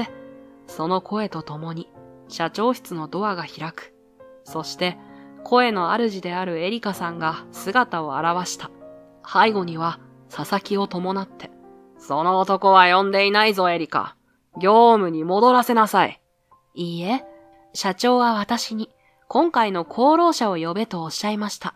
私はご指示に従ったまでです。わけのわからないことを。いいから。あからさまに不快そうな表情で、佐々木を追い出せと、社長がエリカさんに命令する。その言葉を遮るように、俺は真実を告げた。今回のコンペを成功させたのは、そこにいる佐々木です。なんと言った今。コンペに参加したのは佐々木です、社長。商談に向かう俺に代わって、彼がプレゼンを担当してくれたんです。なんだと？絶句する社長を挟んで、俺と佐々木は顔を見合わせた。そして部署が分かれて以来、初めて笑顔を交わすのだった。僕が行きますと声を上げてくれたのは、なんと佐々木だった。たまたま今日が以前から話していたコンペの日だと思い出して、俺を激励するため、こっそり部署を抜け出してくれたらしい。そこで部長と俺の会話を聞いて、小田の資料作りを実はこっそり手伝っていました。なので内容は頭に入っています。僕に行かせてください。いや、しかし君は今営業部では。失敗した時は二人で責任を取ります。僕と小田で。佐々木、お前、全く勝手なことを言ってくれる。俺は呆れながら親友の言葉にうなずいた。彼なら大丈夫です、部長。俺が誰よりも信頼している人間ですから、きっとコンペを成功させるはずです。なので、お願いします。佐々木を行かせてください。お願いします。二人揃って、俺たちは部長に頭を下げ続けた。最終的に部長が折れてくれるまで、いつまでも。そして俺の言葉通り、佐々木はコンペを見事成功させて、会社に戻ってきた。その連絡を受けた頃、俺も無事に経営者との商談を成立させていたのだった。商談に集中できたのは、他ならぬ佐々木がコンペを引き受けてくれたからです。彼が名乗り出てくれなければ、俺は商談を諦めるつもりでした。どうしてそこまでこの男を信頼する？そいつは、社長の目には単なる高卒の社員にしか見えないかもしれません。けれど、彼が入社しなければ、社長が褒めてくださった俺は、とっくに会社を辞めていたと思います。どういう意味だ、小田くん。目を丸くする社長に、俺は佐々木という人間について語った。困っている他人を見たら、自然と助けに向かってしまう男。時にはお人よしすぎて呆れるけれど、これほど優しい人間は他に見たことがない。その優しさに、俺自身も数々の場面で助けられてきた。周りは敵だらけな環境の中で、彼だけが心から味方をしてくれました。俺が成功した時は一緒に喜んで、失敗した時は一緒に落ち込んでくれて、そんな自分には何の得もないことを、進んで他人のためにできるのが佐々木という男です。なんて変わったやつだろうと、出会った頃から思い続けている。散々苦労して、他人の心ない言葉に傷つけられて、心が曲がってもおかしくなかったはずなのに、それでもまっすぐなままで、いつも他人のことばかり考えている。そんな人間、きっと俺の親友以外には存在しない。どうか、学歴ではなく、佐々木という人間の中身を見てもらえませんか？そうすれば、きっと分かっていただけるはずです。彼がエリカさんを幸せにできる男だということを。でなければ、俺は辞めます。この会社で成績トップを維持してきた営業スキルを今後は他社で活かしていこうと思います。小田くん！なんということを。それは困る。お願いします、お父さん。いきなり深々と頭を下げたのは、ずっと黙っていたエリカさんだった。やっぱり私、ユウさん以外は考えられない。もしも結婚を許してもらえないなら、私はお父さんと縁を切ります。そうなっても、必ず僕がエリカさんを幸せにします。佐々木も、彼女の横に立ち、一緒に正面から社長と向き合った。この会社をクビになっても、業界から締め出されても、妹を養っていた時のように、派遣やバイトを掛け持ちして、でも、決してエリカさんには不自由をさせません。私だって働くわ。きっと幸せにしてもらうより、二人で幸せになる方が嬉しいもの。佐々木とエリカさんは、お互いの顔を見て微笑み合った。それまで、しかし、だが、と繰り返していた社長だったが、エリカさんの笑顔を見た途端、はっと目を見開いて、言葉を失い、よろよろとソファーの背に寄りかかった。お父さん？エリカ、ようやく笑ってくれたな。え？小田くん、それに佐々木くん、実は、ここ1ヶ月ほど、一度も娘の笑顔を見ていなかったんだ。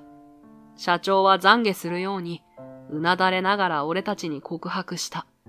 結婚に反対し、佐々木を罵って追い出した日から、エリカさんは少しも笑わなくなり、いつも沈んだ顔をしていたのだと。幸せになってほしい。その一心だったんだ。そのために厳しくしつけをして、最高の教育を受けさせて、あとは結婚相手を見つけてやるだけだと。お前を幸せにしてくれる優秀な男を。そんな父親の言葉に、エリカさんは厳しい顔で答えた。言ったでしょ？私、幸せにしてほしくなんてない。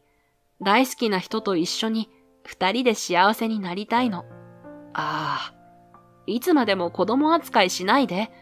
小さい頃に亡くなったお母さんの分も、ここまで育ててくれたのは感謝しているけど、私もうお父さんの言いなりにはならないから。ああ、社長はうつむいたまま、呆然とエリカさんの宣言を聞いていた。やがて、大きくなったな、とつぶやいて、ようやく頭を上げたとき、その顔は、どこかつきものが落ちたようにも見えた。私は間違っていたようだ。今それがわかったよ。そうよ、お父さんのバカ。はは、お父さんはバカか。初めて言われたな。だが、その通りだ。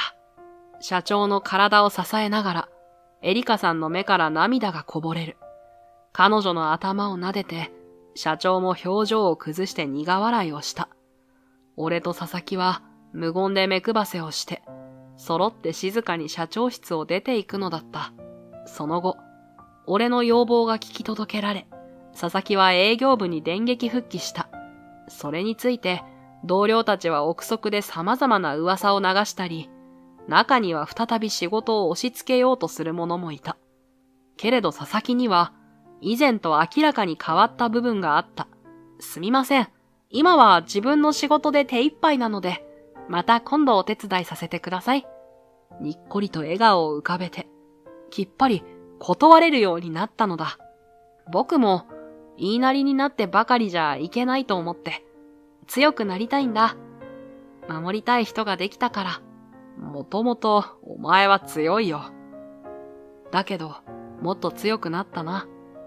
そう俺が言うと、佐々木はありがとうと照れたように笑った。ところで、佐々木とエリカさんは今も順調に交際を続けている。あれから社長は改めて佐々木を自宅に招いた。そして、いきなり頭を下げてきたそうだ。娘に優秀な男性と結婚してほしいあまり、学歴だけで君を判断してしまった。改めて社内に目を向けると、高卒でも活躍している社員は、君を含めて大勢いた。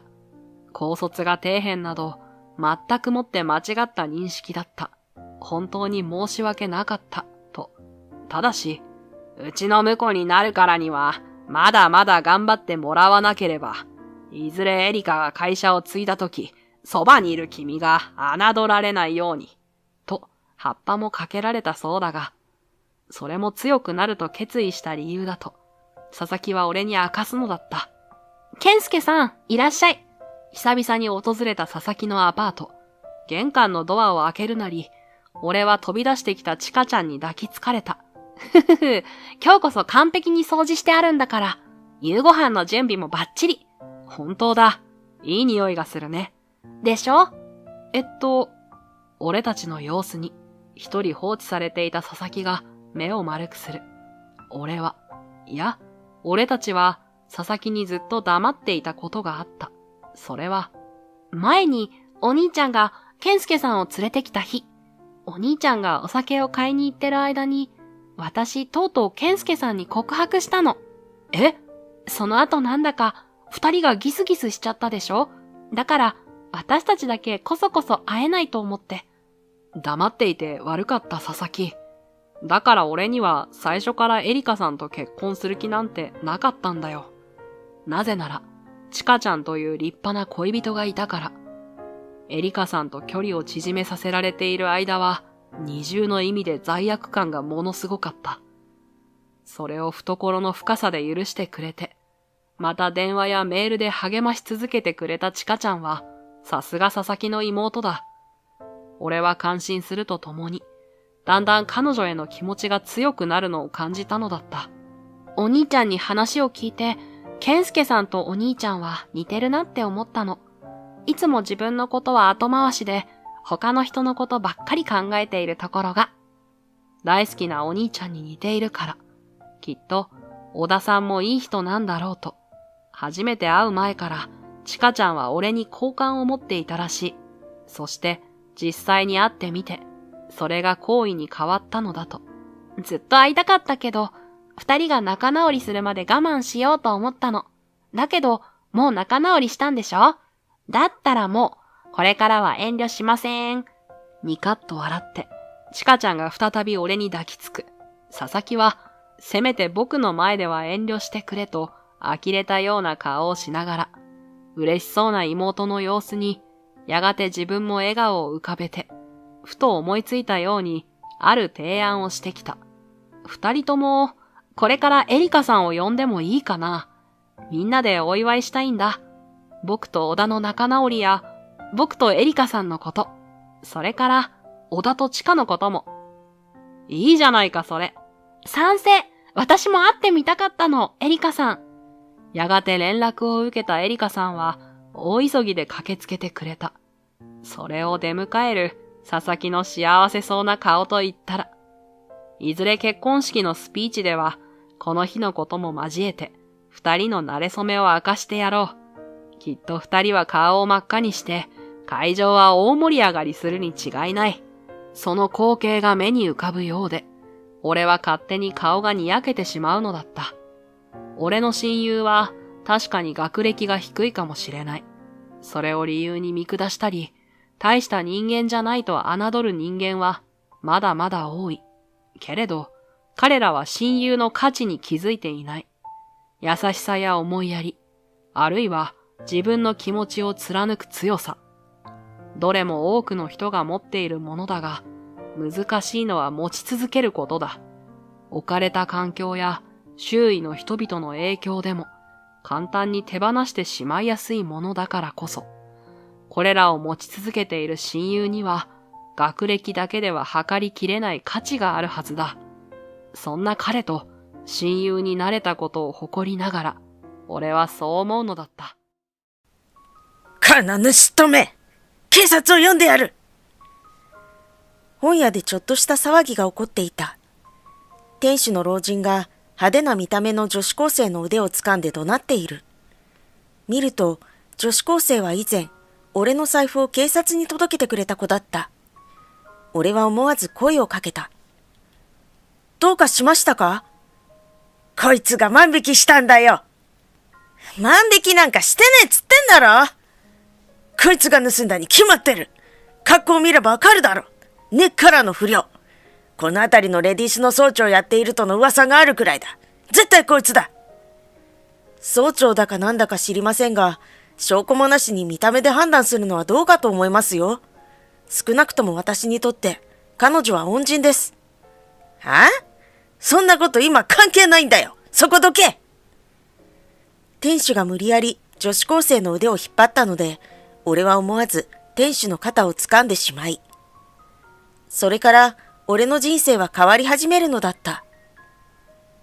俺の名前は中村誠、医師をしている。父は開業医で、地域では評判のクリニックの院長だった。俺もその後を継ぐために医大を出て、病院の研修医をしていた。数年前に父に壊れてクリニックに入り、内科を担当するようになった。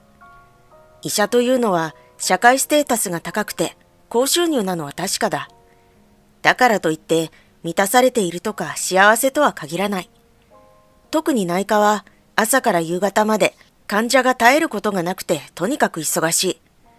休診日も学会が入っていることが多いから休む間もない。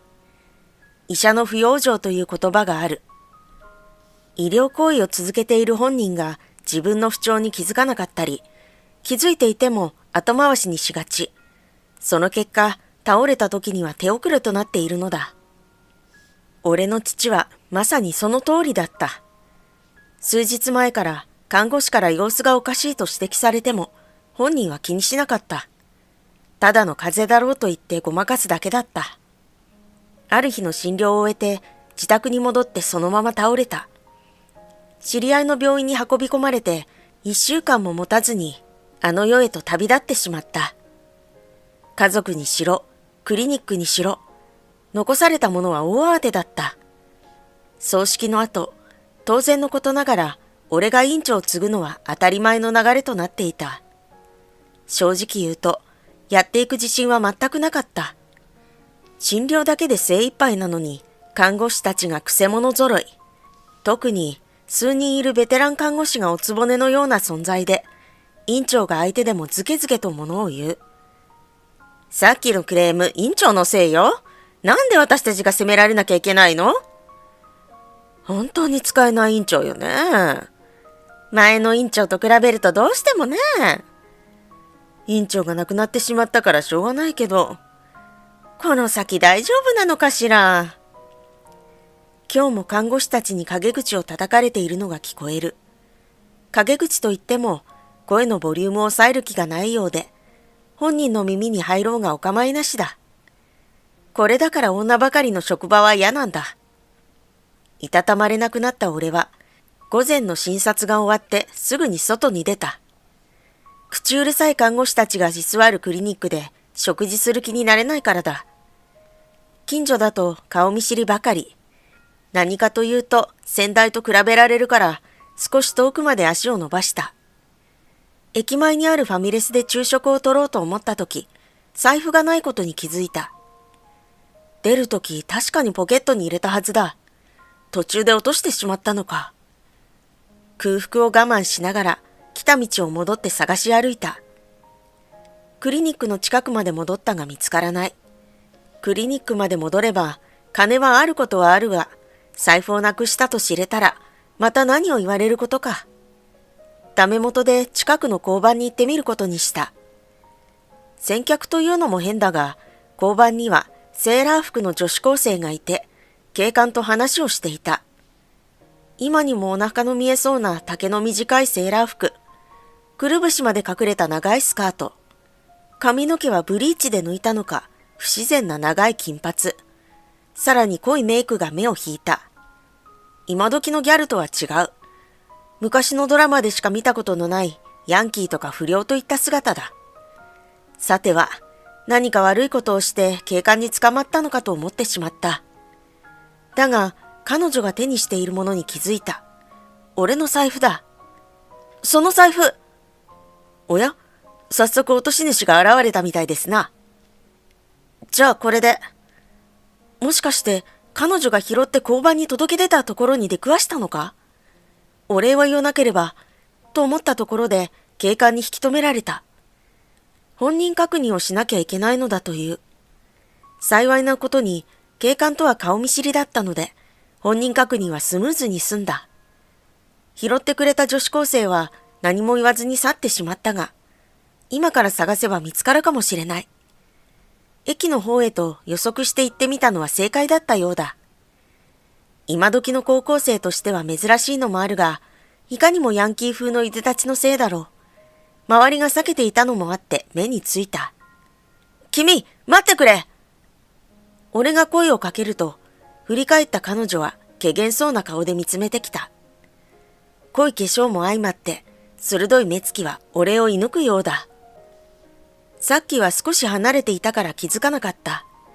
近づいて正面から見た彼女は、目鼻立ちがくっきりとしていて、化粧映えのする顔立ちをしている。その辺の女子高生より大人びた印象を漂わせる長女だった。何も取ってないっすよ。拾ってそのまま届けたんで。中身は交番で確認させてもらったよ。何もなくなってはなかった。ただ一言お礼を言いたかったんだ。どうもありがとう。そうっすか。どういたしまして。彼女はそっけなく言って立ち去ろうとしたので、慌てて引き止めた。大事な財布を拾ってくれたお礼だ。言葉だけでは俺の気が済まない。何かお礼を、お礼は1割だったか。現金より何か買ってあげるとか、食事とかどうだろう。待てよ。他人からすると遠行していると思われてしまうだろうか。そんな風に悩んでいたら、彼女は覗き込むようにじっと見つめてきた。顔が近くなって少しドキッとした。おじさん、なんでそんなに怖い顔してんの？は？一度自分の顔を鏡でよく見てみなよ。すっげえ怖い顔してるから。それだけ言うと、彼女は呆然としたままの俺を置いて去って行ってしまった。気になった俺は昼食を食べに入った店でトイレの洗面で自分の顔をよく見てみた。子供が寄りつかなそうな顔をしているな。自分では普通にしているつもりなのに眉間にシワが寄って険しい顔をしていた。知らないうちに近寄りがたい顔をしていたのだ。こんな顔では周りの雰囲気も良くなるはずがない。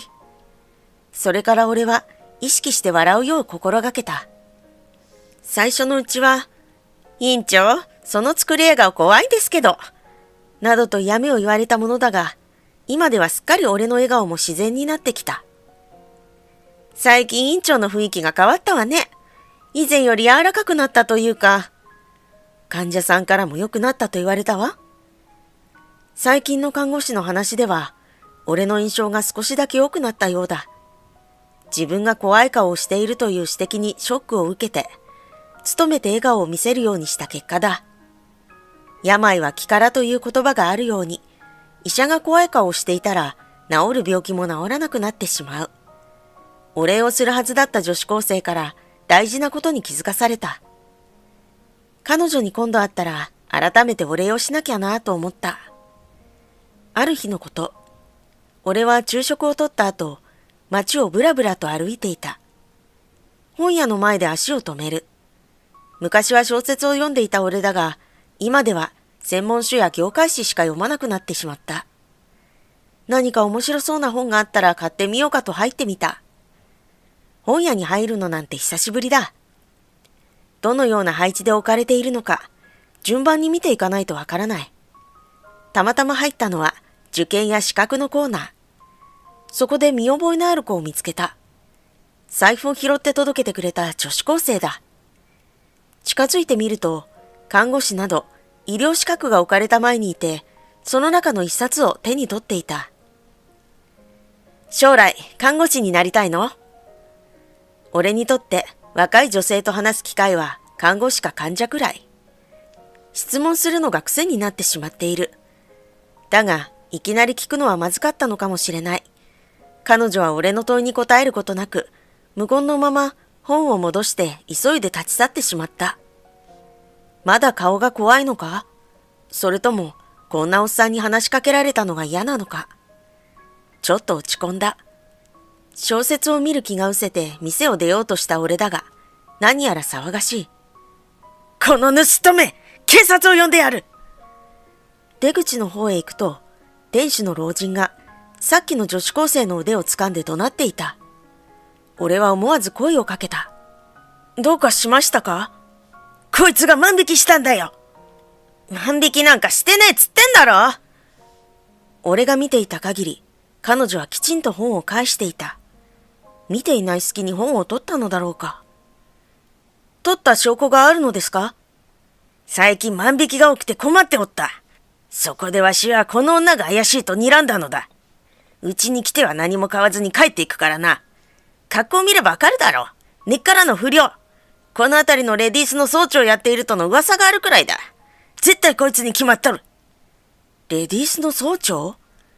確かに彼女の制服や派手な髪色や化粧はヤンキーを思わせたが、まさかレディースの総長だったとは。だが彼女は俺の財布を交番に届けてくれた恩人だ。ため息をついた俺は店主を落ち着かせるように話しかけた。総長だかなんだか知りませんが、証拠もなしに見た目で判断するのはどうかと思いますよ。少なくとも私にとって彼女は恩人です。彼女は私の財布をそのまま交番に届けてくれたんですよ。万引きするような子がそんなことしますか？はあ？そんなこと今関係ないんだよ。そこどけ！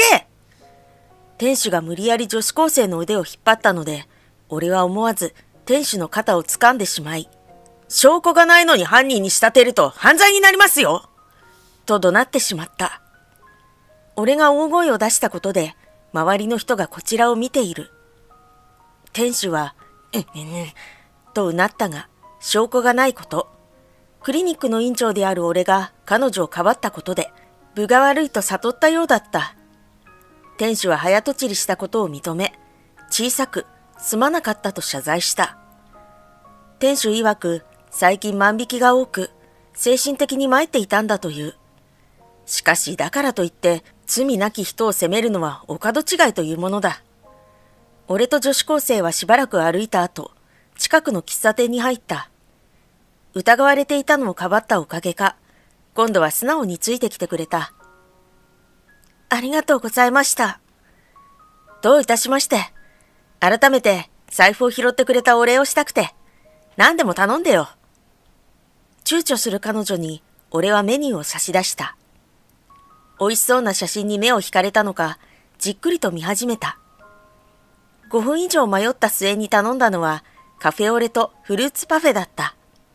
女の子らしいチョイスに心が和んだ。お互いに改めて自己紹介した。彼女の名前は田村千夏だと知った。やってきたパフェに目を輝かした直後、俺の視線を感じて恥ずかしそうにうつむいたのが可愛かった。大事そうにちまちま食べながら、おじさん、どうしてかばってくれたの？と聞いてきたので答える。だって、財布をすぐに届けてくれたじゃないか。あの時は助かったよ。財布を紛失したら、痛いのは現金がなくなることだけじゃない。運転免許証やクレジットカードなどの手続きをしなければいけなくなる。だからこそ、すぐに帰ってきたのが本当にありがたかった。私こんな見た目だからさ、何もしてないのによく疑われるのよ。だから、かばってもらえたことに驚いちゃった。やっぱり、人は見た目で判断するものだからと自重する。俺は不思議に思った。話してみると、根っからの不良というわけでもなさそうだ。さっき店主が言っていた、レディースの総長というのは？違う、そんなことしてないってば。彼女は慌てて否定した。だったら、なんで不良の格好をしているのかが気になる。知り合ったばかりの女子高生の事情を伺ってもいいものか。俺が迷っていたら、彼女が語り出した。この制服、近所のお姉ちゃんからもらったの。お姉ちゃんって言っても大人で、おじさんの年に近いかな。千夏は母子家庭。しかし、母親とは血がつながっていないという。なぜ一緒に住んでいるのか謎だが、本人たちしかわからない事情があるのだろう。ともかく、唯一の保護者である母親だが、仕事は不規則。家にいない時間が多く、帰ってきても寝てばかり。ろくに世話された覚えがなく、ひもじい子供時代を過ごした。そんな千夏を哀れに思って、何かと気を配ってくれたのが、近所で一人暮らししていた春美という女性だった。千夏は可愛いのにもったいない。春美はそう言って、母親の代わりにいろいろと服やアクセサリーをくれた。中学を卒業したら働くつもりでいた千夏に、今時高校くらいは行っておきな、と説得もしてくれた。高校へ入学するときに制服すら買う金がないと言うと、春美が着ていたという制服をくれたのだ。高校入学後の誕生日プレゼントで化粧道具をくれた上に化粧の仕方を教えてくれた。どうしてそこまで親切にしてくれるのかと聞いたことがある。千夏は私の若い頃にそっくりでさ、放っておけないんだよ。春美は遠くを見るような目で答えたという。春美は遠い地方出身で、10代の頃は名の知れたヤンキーだった。レディースチームの総長をしていたらしい。だが大人になってから仕事を転々として苦労した。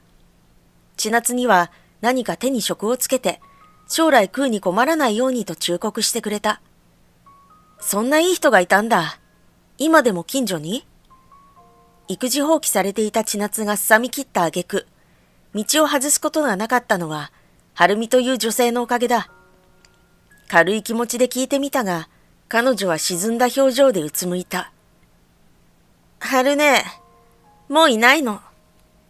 私の目の前で。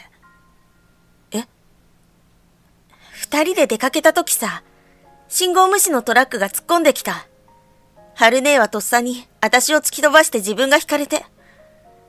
すぐに救急車を呼んで病院に運ばれた。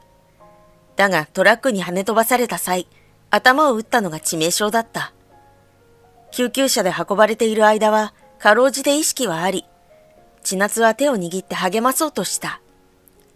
春美には昔から助けてもらってばかり。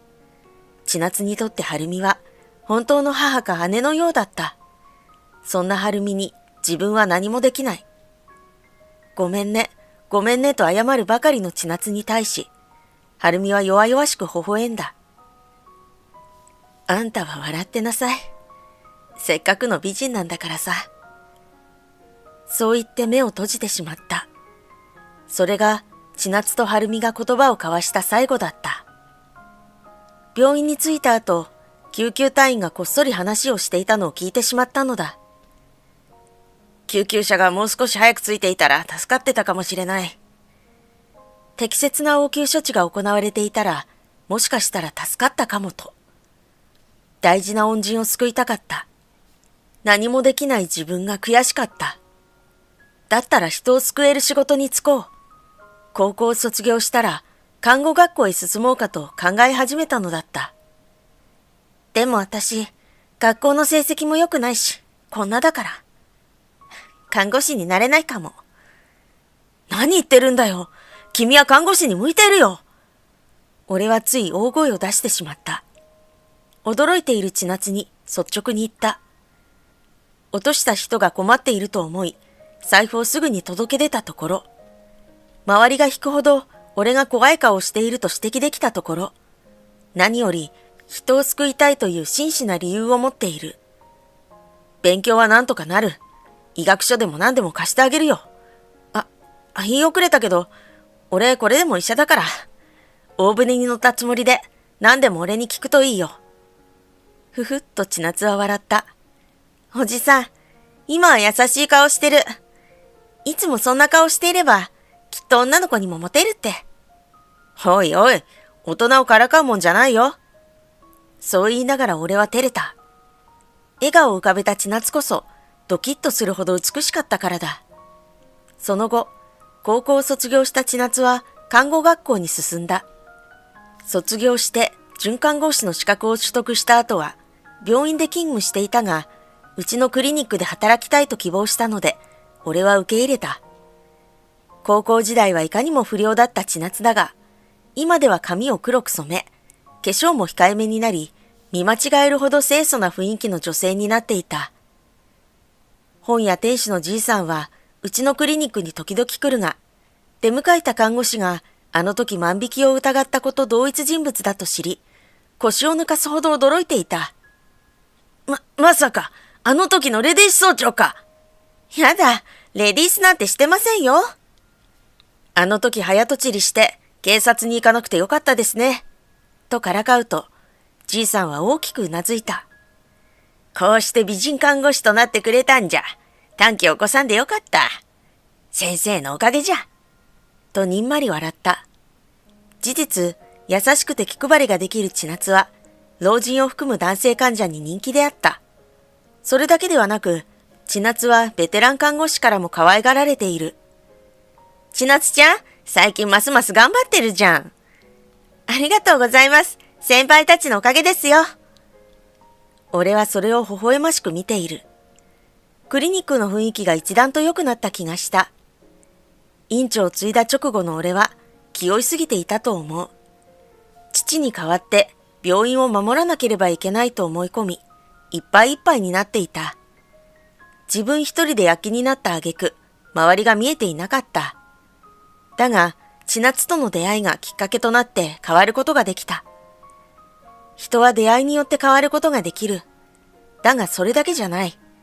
人を信頼する気持ちが大切だと気づかされた。千夏をはじめとして、看護師や事務員を信頼するように心がけた。まだまだ父の足元にも及ばないだろうが、俺は俺なりにこのクリニックを守っていこう。